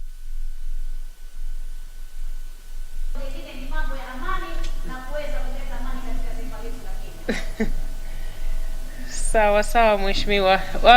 Let's have a member for West Mugirango, Honorable Kemosi. Thank you, Madam Speaker, for this opportunity to also contribute to the State of the Nation address by His Excellency the President. Yesterday, Honorable Speaker, I was here for the entire period in the afternoon in which the head of state really addressed the nation. Honorable Speaker, I was keenly interested on the state of the economy, and the President himself addressed the nation and said that for the first quarter, the GDP of the country has grown about 10%, which is the highest growth in the history of Kenya, which might be true. Honorable Kemosi? Yes. There seems to be a problem with your microphone, or? Yes, which might be true. Yeah, that's better now. Thank you. Which might be true.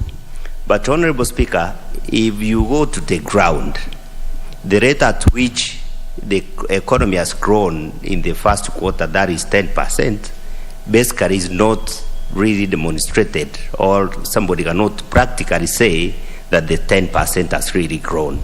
However, we are yet to see, because there's more time, so that we can be able to see whether the growth is really true.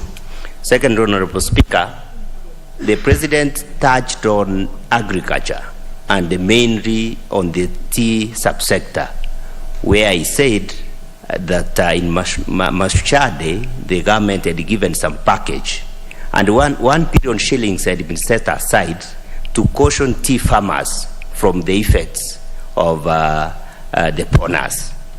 And indeed, the president was able to demonstrate that all along, they also provided some money in terms of subsidies for the fertilizer. But why I don't agree with him is that in the history of Kenya, this is the first time that the tea farmers were able to earn much more money. Actually, if I can be able to say from where I come from, my constituency, which is a tea growing area, this is the worst time that farmers in my constituency received Kenya shillings per kilo, which they have never received in the history of Kenya. And given that, the farmers have really suffered, even in terms of subsidy, that is fertilizer subsidies. Initially, I know the farmers have been paying 1,900 shillings for a bag of fertilizer. But this year, I received a delegation of farmers who came to me and they were telling me, we need this issue to be raised in Parliament. Why are we paying 2,500 shillings, while initially we've been paying 1,900? These are issues that we need keenly to be addressed, so that when they come from the government officials, and more especially the head of state, the country is able to agree and capture that what he's saying is true. Honorable Speaker, this is not the last time. Actually, some 2 weeks ago, I was lucky and I was so unlucky, because the Minister for Agriculture visited my constituency, and luckily enough I was there. Before he even spoke, I raised the issue of these tea farmers, that they were able to receive the lowest in terms of pay this year. And in my speech, what I also asked him is that the tea farmers also needs to be cushioned from the effects of the earnings of tea. Just like the farmers of cane or sugarcane have also been cushioned. But to my surprise, instead of addressing these issues, the CS Agriculture was not reasoning. Instead, he was saying the Member of Parliament only stays in Nairobi but does not know the happenings of the Minister of Agriculture. But the truth is, the match that was earned was far much low. So this is an issue that the farmers really needs to, to be explained to. They need to understand, since the government has taken over the way they say, and they want to really help farmers so that they can get more income in terms of earnings, they really need to demonstrate that so that they can have confidence in what the government says. Thirdly, Honorable Speaker, the President also said that they have doubled the number of kilometers in terms of roads, that is tarmac roads. I do not speak for the entire country, but Honorable Kemosi, wind up in a minute. Thank you, Honorable Speaker. I can speak for my constituency. The last time, Honorable Speaker, that I saw a tarmac road in my constituency was about 5 years ago. And this tarmac road in my constituency was started during the time of the Grand Coalition government. So the Jubilee government came in and implemented what was given in the coalition government. I can categorically say that I'm among the few constituencies who have never seen even 500 meters of a tarmac road since the Jubilee government started. For those few remarks, I support with reservations the speech of the head of state. Honorable Kadambi Shepkon, member for Njoro. Thank you very much, Madam Speaker, for giving me the opportunity so that I can contribute in relation with the State of the Nation address by the President. Madam Speaker, when I followed all the communication by the President yesterday, I had a lot of concern. The first thing is, can I appreciate actually the improvement of roads network in the country. I can also appreciate in my constituency, I've at least lobbied some roads which are successful. But still, I can mention we still have some other roads which are not have not been allocated the finance. Therefore, Madam Speaker, with the address by the President yesterday, I still have a lot of concern when it comes to the matters of security. Because, Madam Speaker, as I stand here, within this year of 2021, my constituency, I have lost over 7 people.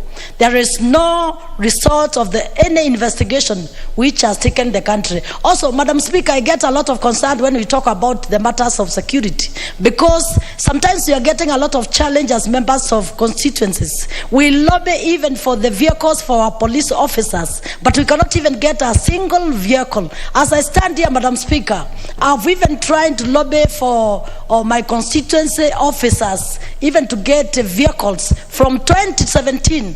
Therefore, Madam Speaker, Joro constituency being a very sensitive constituency in this country, it is really worrying when the matters of security are mentioned here, and actually on the ground we have a lot of challenge. Even lobbying for the officers, or even also the team of officers of the anti-stock theft to be increased, it really becomes a thorny issue. Madam Speaker, I still had a lot of interest to hear the matters of energy sector, the connectivity of electricity. There is a lot of challenge, Madam Speaker. As I still stand here, my constituency is composed of 6 wards, but when you go in those 6 wards, you will still find many people who don't have electricity.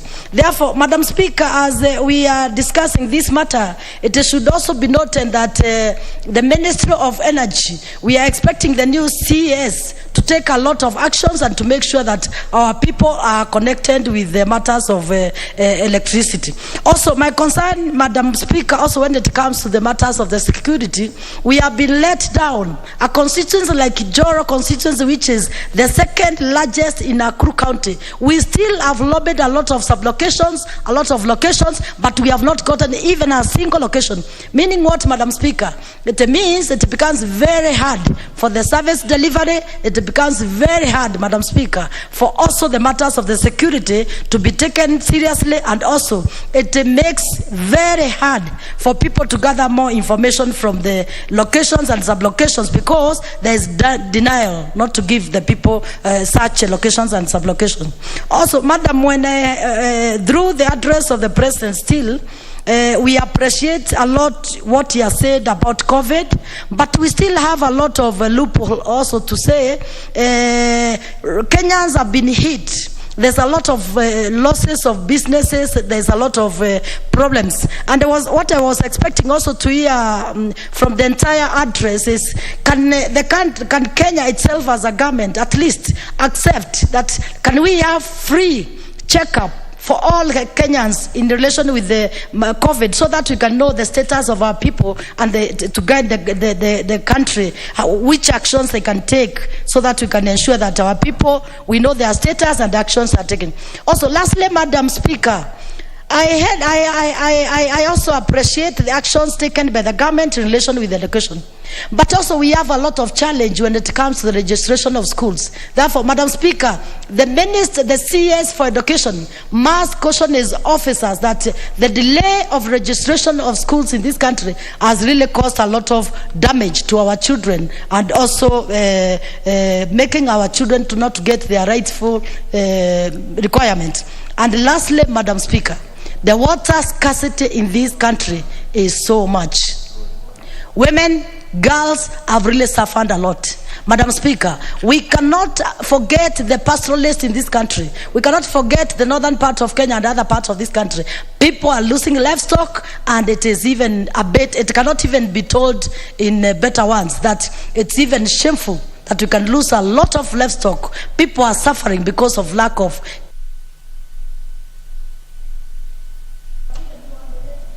Wind up.